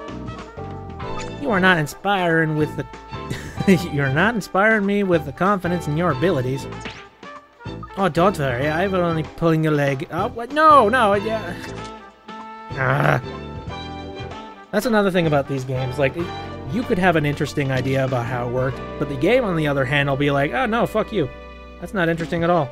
And it's certainly not how it could have potentially happened. I guess I'll select the door just to see if maybe it'll move the dialogue along. If the door were locked and the key were inside the flat time, then... And it's plain to see that the outlaw did not walk in through the front door, as I have already said, which I do declare brings us back to the window. The murdering thief broke in through the window and stabbed my poor Jack in the back. I find that hard to believe, Lucy. What do you think? What if the door weren't locked when he broke in? He could have locked it later on, no? My poor simple little girl. Did you not notice the doors on these apartments all locked by themselves? Then maybe someone let him in? How about that? Well, that would incriminate her, though. And she's definitely not going to incriminate herself. I can assure you I have never set eyes on that man before, and neither have my husband. Why would Jack let a stranger into his home? Or are you implying that I let the outlaw inside myself? Let us not forget that any man entering the building would have had to pass the caretaker. Indeed, it seems unlikely that Nick could have gained entry to the flat through the front door. Nick's. I think we should examine the window in more detail. Yes!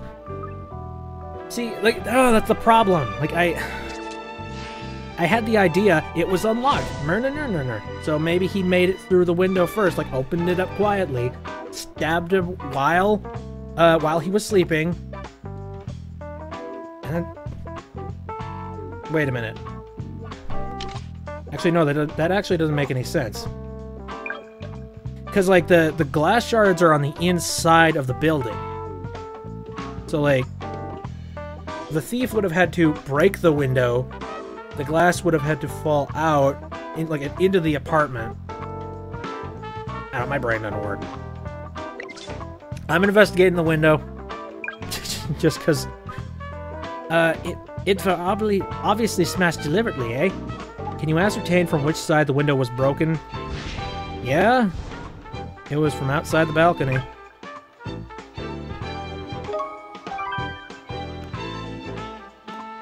It was broken from the outside from the balcony. And how do we know this? Because of where the broken glass fell. Most of it inside the room. Exactly. This window was clearly smashed with some considerable force from the outside. Now at last, will you believe my statement is true? The outlaw broke into my home and murdered my husband. Puff, it does I have not finished, young lady. There's a piece of vital evidence on the balcony, something left behind by the outlaw. But of course, you would obviously have noticed something so... you would already have noticed something so obvious now, wouldn't you? Are we finally getting around to that goddamn cloth? See, like, I pretty much knew all, like, the bits and pieces of the murder, but I didn't select them in the right order. Like, Not a fan of Phoenix Wright for that, not a fan of this game for it. There's the evidence. There's a blood-stained towel on the balcony here, Prof. Please, do not tell me you failed to notice such an obvious piece of evidence before. How did you fucking notice it? No, I knew it was there. I was just getting around to it, that's all. I mentioned it before. My, is that so? It would appear to be a towel used to wipe the blood off of the murder weapon. But why has it been chucked out here on the balcony? Now surely you can help figure that out without my help. Clearly, the outlaw threw it away there after he stabbed my husband and fled over the balcony. Well, maybe There's one thing I'd like to double check. Let's assume that the culprit did indeed break through the window in order to get inside the flat. The loud noise would have alerted everyone in the intrusion. Does that not strike you as a rather clumsy approach for a seasoned housebreaker? I was saying that, like, he could go through the window, and then stab him, and try and, like, steal everything inside the apartment. But during the whole thing, he jumped. Then it wouldn't make too much sense for the window to have broken, and much less broken into the apartment. Like, my brain hurts. I don't understand this mission. Oh shit! The window was locked. Oh damn it! Sorry. I accidentally pressed the touch screen. It was locked? Can you be sure of that? I do declare I can. I distinctly remember it was locked from before. I always check all the doors and windows before I denude my body. Oh my god. Smart. You live in the city, so that's a smart decision. To take a shower, Inspector. Okay, so I guess that makes sense if the window was locked beforehand. Very reassuring to know. I'm pleased we could clear that up, Lucy. Make a record of that, will you? It's fundamental to the case. I'm delighted we are finally seeing eye to eye. Keep the locked door in mind, Lucy. I'll make a mental note, Prof. There's one more thing I'd like to try and clear up, if I may. And what might that be? You've always mentioned it in your statement, but did you hear the noise of the window smashing? I most certainly did. Well, I still remember it now. I was in the shower at the time. Then I heard my husband scream. I came running out the bathroom and saw the outlaw. As I said in my statement, he was wearing black from head to toe, and he fled over the balcony. And you stand by your statement. That's exactly what happened. Well, I hope you are not implying that I am a liar, Inspector. I merely wanted to confirm the accuracy of your very important statement. Thank you very much. Hot-headed. And a murdering bitch. Okay, that's her official statement. Hopefully it doesn't alter any further. Okay, so that's 2 things done. Well, I do believe the issues that were troubling you are no more. We have proven the outlaw is guilty. Aye? What exactly are you trying to say? The victim was taken by surprise and stabbed from behind. Smashing your way through a window hardly qualifies for a surprise attack, does it? My poor, sorry simpleton. You still fail to understand. My husband was sleeping at the time. He did not hear the outlaw break in the window. I mean, I've heard of some people that can sleep through the fucking apocalypse, but, like, when a window breaks directly next to your ear, like, even I, like, if there's even a slight amount, like, I'm a pretty heavy sleeper, but if there's a really distinct sound effect that I clearly hear, like, I frickin' snap awake. So, I don't know. Give over, are you doubting me? You have already taken such a long time establishing that the window was smashed from the outside. That in itself is surely compelling evidence that the outlaw broke into my home as I described. There can be no more room for doubt. I would kindly request that you allow me to go back to my home now, Inspector. Of course. Thank you very much for your cooperation. We shall get our files in order now, all the new information you've given us. Alright. I believe that would be for the best. Such a simple case as this can surely be laid to rest now. One last thing. Yes? If we happen across any other awkward issues, I presume you wouldn't mind helping us again? As long as you are not wasting my time, Inspector, I shall be glad to help. Thank you. I wish you all the best. Much obliged, I'm sure. Go back to your Gip man. Gip dog man. Kinky as fuck. Pluff, are you sure about just letting her go like that? We weren't going to reach a conclusion like that. She knows that we suspect her. Sorry, Puff, that's my fault. I got a bit head up. Don't apologize, we all get worked up sometimes. Anyway, I'm quite certain now that she's the culprit. Aye, likewise, you can tell she's hiding summit by the way she's that quick to get Maudie. I'm convinced she hid the murder weapon somewhere in that room after she killed her husband. She wouldn't have had the time to dispose of it outside before the caretaker arrived.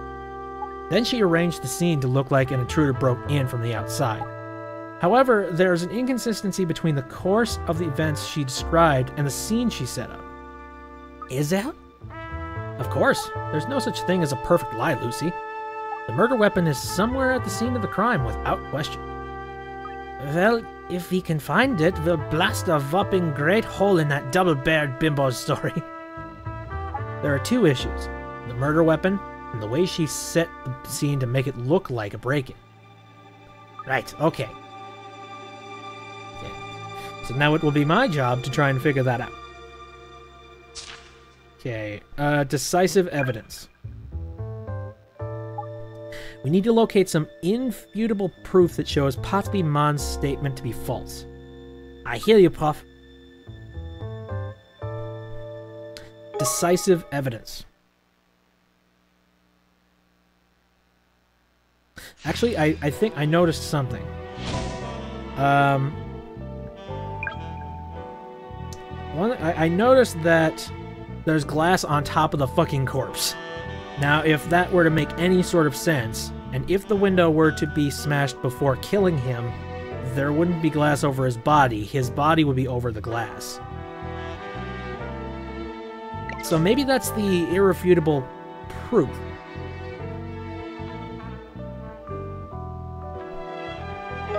Because that doesn't really make too much sense. If I got this, Prof, could this be it? The broken glass? Or which statement would that be inconsistent with? Alright. I was taking a shower when I heard the window shattering, then I heard my husband scream. So I heard out the bathroom to see what was wrong. When I came out of the bathroom, I saw the outlaw running away across the balcony. He was a very muscular man. Derp, derp. Okay. I think it would be this one. Again, the glass would have already been shattered and he would be on top of it. It wouldn't be on top of him. Right? Yeah. I think I got it. You've got it. I got it! Yes, the broken glass is quite clearly inconsistent with that statement. We've backed Potsby Mann into a corner now. This proves she's been lying. Of course you appreciate what the inconsistency is exactly, don't you? Aye, the bits of broken glass are on top of the body, not underneath it. That's all wrong. Precisely. This puts paid to the idea that an intruder broke in via the window and killed Potsby. Well spotted, Lucy. Hee. Alright. I feel like I probably remembered that from the last time that I played this. Like, I imagine that I would probably just be floundering about that one for quite a long period of time. But again, I haven't played this in probably like a year and a half, 2 years, so... Alright, let's see if we can find the murder weapon the suspect used. She must have hidden it somewhere here. Judging by the shape of the victim's wound, we're looking for something long and thin. Long and thin. Right, I'll get looking.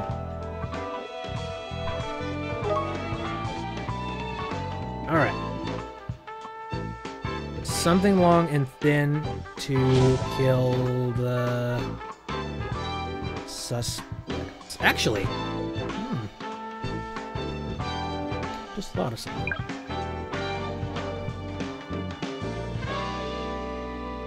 I mean, the kitchen knives would fit it, I guess. I don't know, I'm gonna try to select it. This, perhaps? I don't think so, no. Think again, Lucy. A little harder. I think I'm wondering if the cooking pot was used in such a way, because it seems weird that suddenly they... Here's what I'm guessing is they used the cooking pot to boil off the blood on a weapon.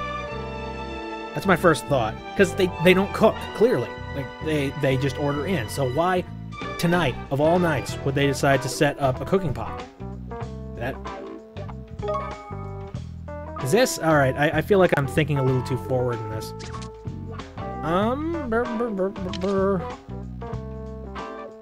Okay, we've already established that the shards of glass aren't going to be anything. Nothing in the wardrobe, I don't think. I mean, the only thing that could potentially... There's blood on the sheet? Is this? No. That doesn't make too much sense.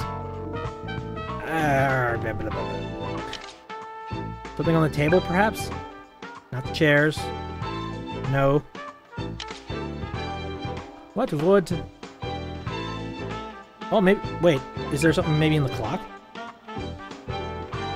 An antique-style grand brought a clock with a large pendulum. Nah. There's nothing sharp in there.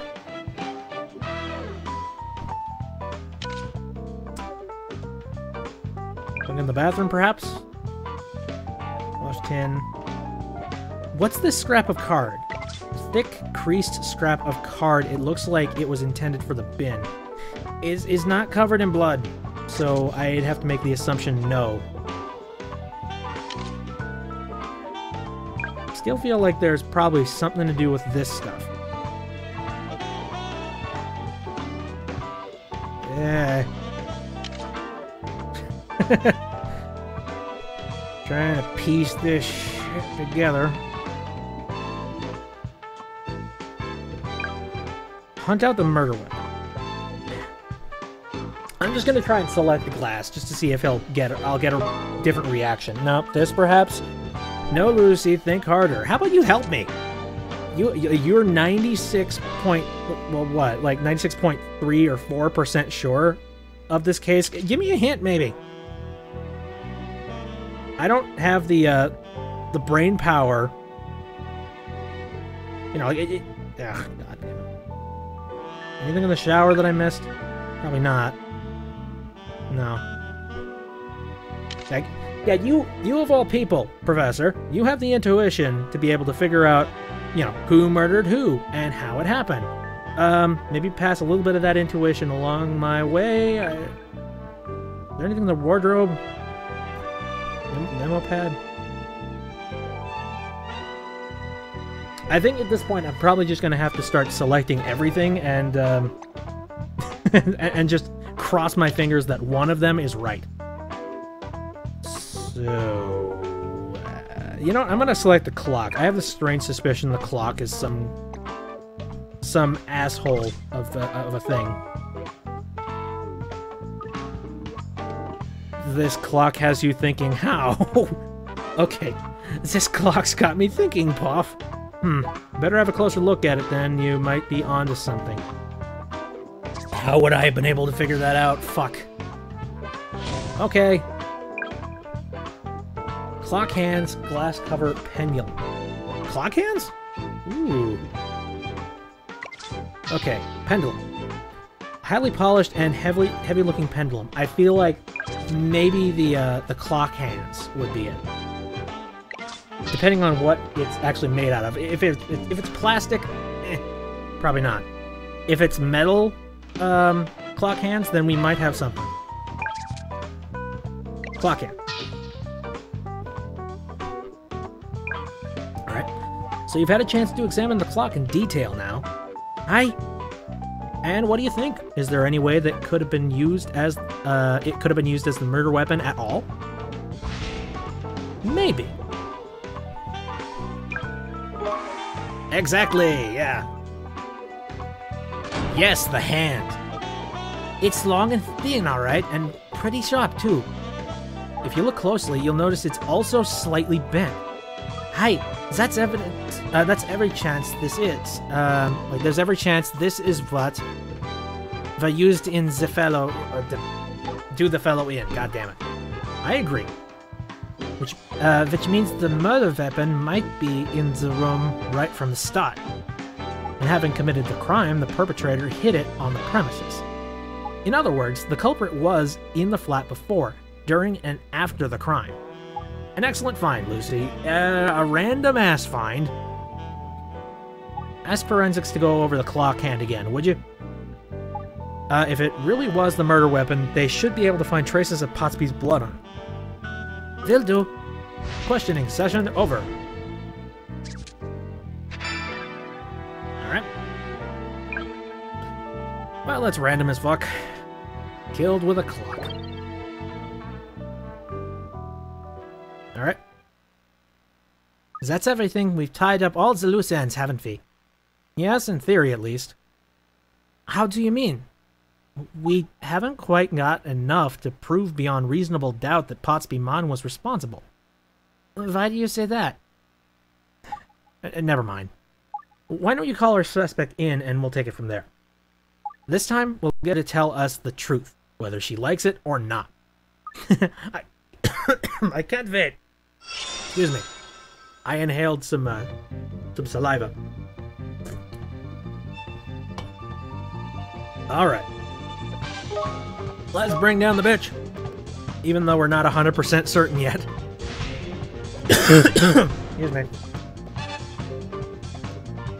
Cold. Very, very cold and sad. Oh. Grr.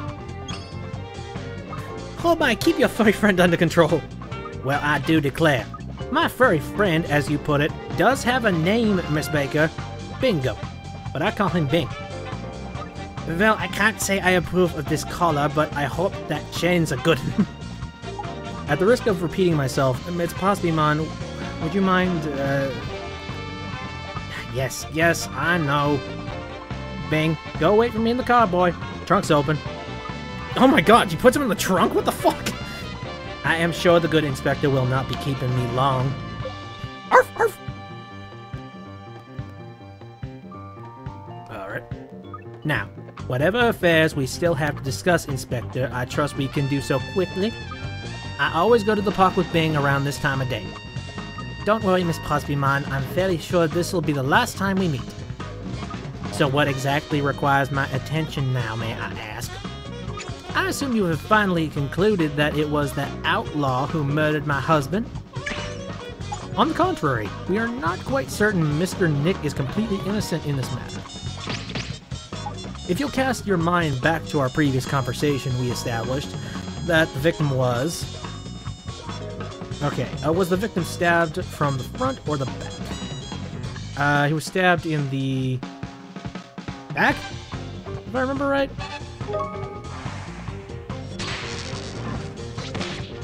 Okay. What does that have to do with anything? The victim was stabbed from behind without warning. He was caught completely unawares. I, Miss Potsby, had no idea what was... Mr. Potsby had no idea what was coming. There's no way Nick could have done that if he came in the way you described. As I have already told you more than once, Jack was inclined to fall asleep while watching the television. Of course, we cannot deny the possibility that your husband was indeed asleep at the time. However, if that were truly the case, it would be at odds with something else that happened. In other words... Let's see... The window was smashed. Of course, she's gonna have a comeback for that one, too. Woo, phone's getting kinda hot. Of course, that happens when you're both streaming it and playing a video game at the same time. Because the window was shattered. And that glass breaking would have made a right din and no mistake. No one could have slipped through that. There's no way Mr. Potsby would have woken up. I do declare you are as slow as a snail sometimes, Miss Baker. My husband was quite exhausted that day, while he was sleeping like a log. Even the clatter of the window breaking would surely not have roused him. Well, there's not more to be said on that from then, I suppose. Only when that outlaw drove his knife into my poor husband's back did he wake with a spine-chilling scream. And it was on hearing that scream that you ran out of the bathroom to see what was happening. That is correct. My sudden arrival scared the outlaw away before he could steal even a bitty bit. I know it was that thief that they caught in the grounds. I see. So that's the course of events as you described it. I've never said anything to the contrary. So if I may just recap, you were having a shower in the bathroom when you heard the sound of glass shattering. Immediately after that, you heard Mr. Potsby scream. That's what you're telling us happened, are you? It's also what you said in your statement. Of course it is, because that's the truth, Inspector. Then I would have to say you are a liar, Miss Potsby-man. Well, a liar? Indeed. And there's a certain piece of evidence on the scene that will prove me right. Well, I'm all ears. If this evidence really exists, then I sure would like to see it. The evidence in question is the broken glass. Well, hold on a second. Yeah, throwing pieces onto the body. It's the broken glass, goddammit. He was dead before that window shattered. These bits of broken glass prove that you're lying to us, Miss Potspimon. Oh, that's a hogwash! All these little bitty bits of glass prove nothing of that sort. Would you care to explain, Lucy? Tell Miss Potspimon exactly what this broken glass reveals. The timing of the stabbing.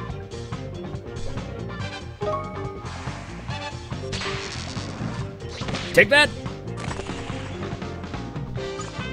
You only have to look at the broken glass to see the order of events that led to Mr. Pottsby's death. What order of events? You claim you heard the window smash first and then your husband scream. But if that were the case, what are all these bits of glass doing on top of the body, huh? If your statement were true, the broken glass shards would be underneath the corpse. But they aren't, are they, Mr. Pottsby? Like Miss Pottsby? They're on top. Sorry, you're a mister. You're a trans. Which proves that the window was smashed after the victim was stabbed. Right? So it would seem you have deliberately given a false statement. I have done no such thing. What? I've simply confused matters in my head. I'm all torn up about the loss of my dear husband. This simple misunderstanding proves nothing. I retract my statement. I simply cannot remember if I heard the scream or the glass breaking first. Perhaps the outlaw came inside some other way and only smashed the window after killing my Jack, but the glass shards are on the inside. Huh? Oh, you little weasel. Let us assume for a moment that you were indeed mistaken. That introduces a new complication. It does? Indeed, because we know that the door and the window were both locked before the incident occurred. If the culprit didn't break the window, how did he or she get into the flat? Why, I have no idea. Just what are you trying to say, Inspector? What I'm trying to say is simple. We can now be sure that the true perpetrator of the crime is... you, goddammit. It was you, Miss Goldie Pottsby, man. At the time of the attack, the window and door of the flat were locked. The only other way in by smashing the window, but we know that happened after the victim died. With no method of entry available, the only conclusion is that the culprit did not come from the outside. No, the person who did this was in the flat from the outset. And the only person who fits the bill, Miss Pottsby-Man, is you. Am I to understand that you are accusing me of murder because I was in my own home the whole time? Aye, you are to understand that? Then I must remind you of something of vital importance that you appear to have overlooked. Oh yeah? Oh, what's that? Oh, just a little bitty thing called a murder weapon.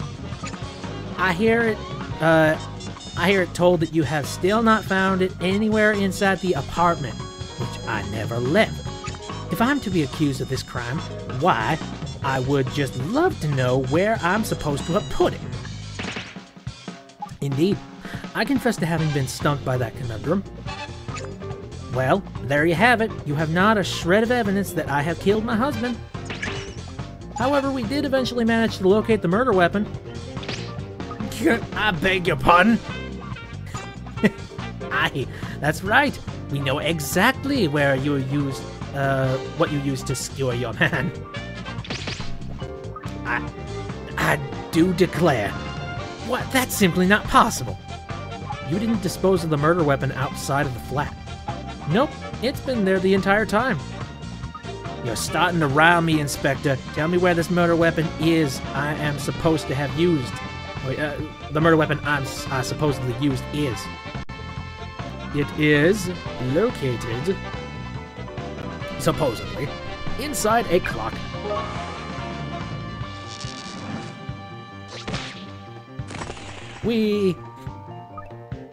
The murder weapon was hidden in the clock. Are you quite sure? Sure that... sure as eggs I, it were the minute hand on the clock that were used to kill Mr. Potsby. Why, that's hogwash. A man could never be killed with such a thing. Well, the shape of the hand matches the victim's wound perfectly. Hi, you haven't got long to wriggle your way on this one. Forensics are going over it with a fine-tooth comb as we speak. Speak of the devil. Hello? Okay, you said hello before you picked up the phone. The shape of it? Well, it is almost... You admit it now? I don't think so, do you, Inspector? Puff, puff! What's the matter? The results from forensics. They found naught on it, no trace of blood whatsoever. Really? My, what a terrible shame. Your trump card turned out to be a joker in the end. I do declare, I hate it when that happens. Well, shit. No, I must have missed something. Puff, can I assume we are finally on the same page now, Inspector? That outlaw Nix is responsible for my husband's death, and I am no longer under suspicion. If you could just fill out these forms for me with words to that effect. The forms? Well, my husband's life insurance simply will not pay out without the proper paperwork, Miss Baker. Wow, scumbag. Have you got no shame at all? We're talking about a man's life. Why, you have no idea what you are talking about, Missy. Jack doted on me. He would turn up in his grave if he thought his little pot of gold would not be mine after his death. How did you have the gall to say something like that? Oh shit. So here's the plot twist of this entire game. Killing for cash.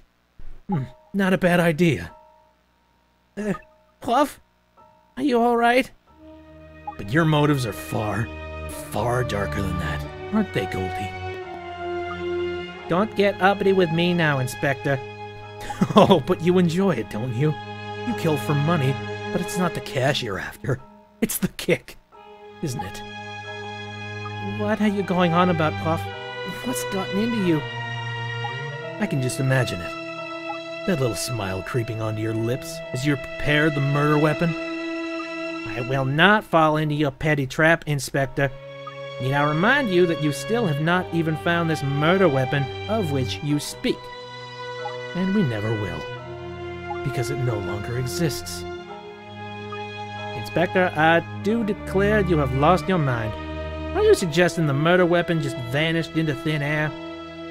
You'd be delighted if that's what we concluded, wouldn't you? But let me put it another way. The weapon that was used to stab Jack Potsby didn't exactly vanish. It melted. What, in a furnace or something?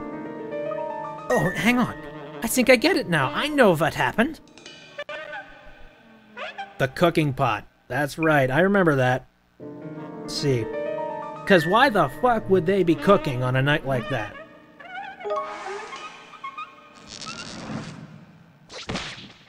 Yeah-huh. The murder weapon must have been melted in this pot. Yes, the weapon that killed Potsby disappeared in this very pot. I have no idea what... Wait, no, wrong voice. I have no idea what you're talking about. I assure you I was simply making my husband some pasta. Don't mock me! Where's the cutlery? Where are the bowls? The pasta sauce? There's no sign of any preparation of a meal at all. Just the pasta in this pot of boiling water. I had intended to prepare those things later, but... I don't think so. I don't think the pasta were ever meant for eating at all. No. The pasta was prepared for the sole purpose of the little disappearing act. Tell me, by now you figured out what the murder weapon was, Lucy. I'm with you now, Puff. The murder weapon was... A knife made of ice. Where is this? I'm trying to figure out how they figured out that a knife made of ice was even cast. Like, what the how? What's the connection that actually makes a knife made of ice happen?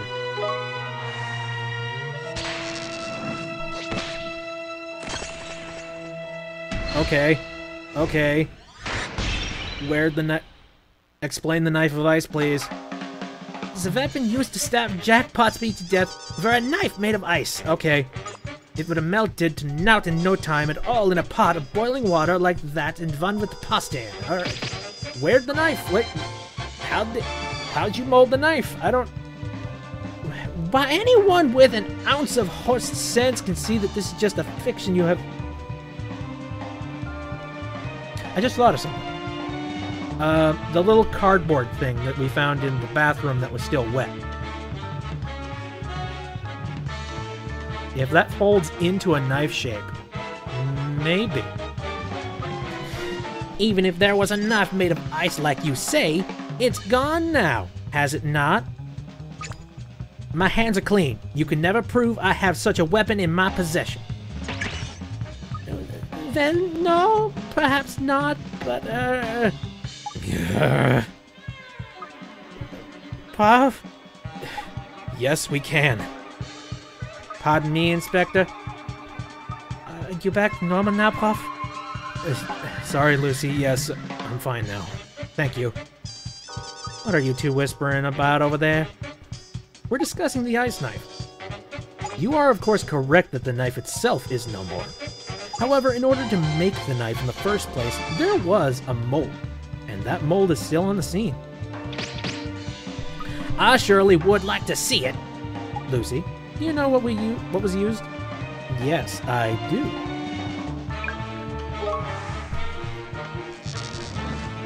Although how you're going to prove that that was folded into a fucking knife mold, I have no idea. Dum. It's for this damp piece of cards that were used to mold the shape of the knife. Aye, it would fold it, if you fold it back up along its creases. Let's see what you get. Oh, look, a perfect knife shape. Oh, of course. Yes, you line the mold with cling film or the like, then filled it and put it in the freezer to make your knife. We'll be able to match the shape of the mold to that of the victim's wound to be certain, of course. What? It's nothing more than a coincidence. Anyone can see that. We have more evidence against you. After you stabbed your husband, you used a towel to wipe the blood off the knife.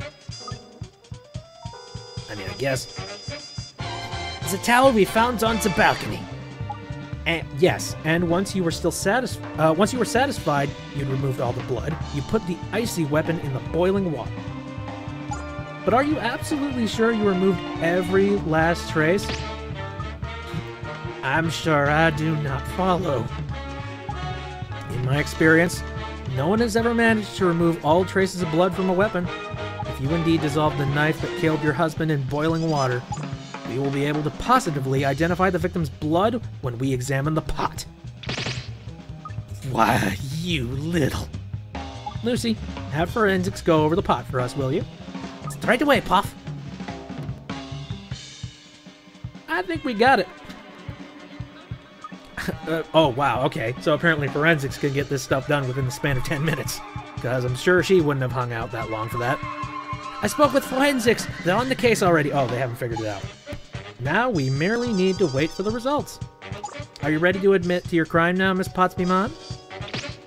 I have no intention of admitting to anything, Inspector. Even if you can prove that my husband was killed with a knife made of ice, it does not mean I did it. Oh, I know where you had it last. Then you...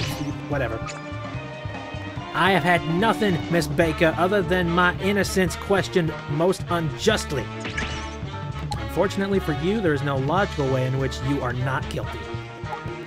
If you will cast your mind back, we showed that there's no way that no way into the flat when the incident took place. The door and windows were locked. In other words, only somebody who was already inside could have stabbed Mr. Potsby. Oh, please.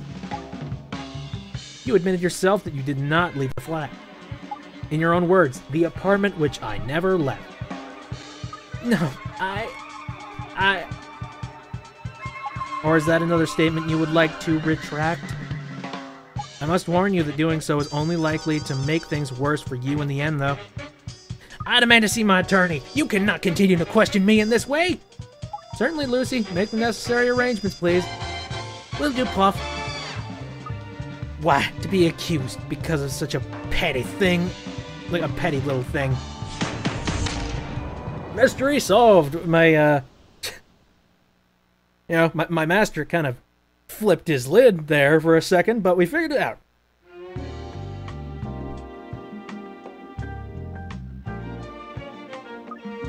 She put up quite a fight, huh? Yeah, she did. I've heard in all right. 'Tis when you, when the lab said they found not on that clock hand, I tell you. Don't worry, Lucy, you weren't alone. It's a bit of a gamble as to whether they'll find any traces of blood in the pot of pasta as well. Blood pasta! You're choking, aren't you? I'm pretty sure she's going to confess now, though. Pretty sure, eh? Oh. Hey, Sickly! Elfriendy! She's... admitted everything! What a relief! Seems she was after the man's life insurance. She told us as much when we were questioning her. Would you believe? Oh, well, do you know this? We found out that Pottsby won a very large sum of money last year. That's when Miss Mann came into his life. Hardly that's what you'd call a coincidence. She was a real gold digger, eh? Well, it seems Pottsby was spending money like water. She was terrified he'd rack up as much debt as the insurance payout, so she had to murder him quickly. I see. So it was something of a rush job. She had no doubt prepared better for her other spouses. So it's all done and dust then. Fabulous. I must say, Ollie, you don't look very well. You alright? Probably that Jekyll and Hyde moment you had taken up. Yeah, a little bit. You kind of went all I love blood, I love murder kind of thing. That's a bit of an exaggerated way of describing it, Lucy. No, I would say not exaggerated at all. It looked like you were just about ready to commit murder right then and there. But I do feel a little under the weather. I think I'll go home early, if no one objects. Are you sure you'll be alright? It's nothing a bit of sleep won't cure, I'm sure. Can you close up the office when you leave? Consider it done. Yeah, I hope he's alright. This thought happened again, didn't it? Hey, do you know then, Florence, about the Pluff? Whatever it's all about, eh? Calm down, Lucy. I really don't know all that much about it. But you're safe as long as there's a criminal present. That's terrifying. You don't hear that said every day. What I mean is the other Al is only interested in criminals. He won't come to any harm. So he's got some kind of vendetta against criminals and some up? Actually, from what I've seen of him, I'd say it's quite the opposite. He can't help liking them. All the more so, the more atrocious they are. Yeah, I don't like the sound of that. There's really no cause for alarm. Like I said, as long as there's a criminal present, you're perfectly safe. What happens if he shows up then it's just the two of us, so? If it were me, I'd rip out my drip and run like the wind. I think I'll come in my Clismos tomorrow. Is that running shoes? I'm confused. Okay, so yeah. Apparently one of the Layton brothers is a bit crazy. Murder insane. Anywho, so that's all the free games for this game. But, you know, it says underneath here, file number 3 and above can be purchased from the title screen. And honestly, with a game like this, it's absolutely free to start out playing, but I gotta say, I like the way that the game is set up. I'd prefer if it didn't get a little convoluted as time progressed on it, but I don't know, it's a really fun game, and I'm very interested in doing another set of chapters for it, so I'll definitely be buying the other chapters, and we'll do those again on another episode. But anyway, whew, but it's pretty late. I should probably be getting going. So that'll be all for tonight. If you want to catch this stream anytime after it's done, you can check my YouTube channel. It will be uploaded there shortly after this this stream is done. I stream on Saturdays, Sundays, and Wednesdays. On Saturdays and Sundays, I play more recent, more modern games. I mean, this one being 2 years old, but close enough. And then on Wednesdays, I play retro games or stuff from my childhood. But aside from that, I think that's about it. So, see you later, everybody. Thanks for stopping in. Good night.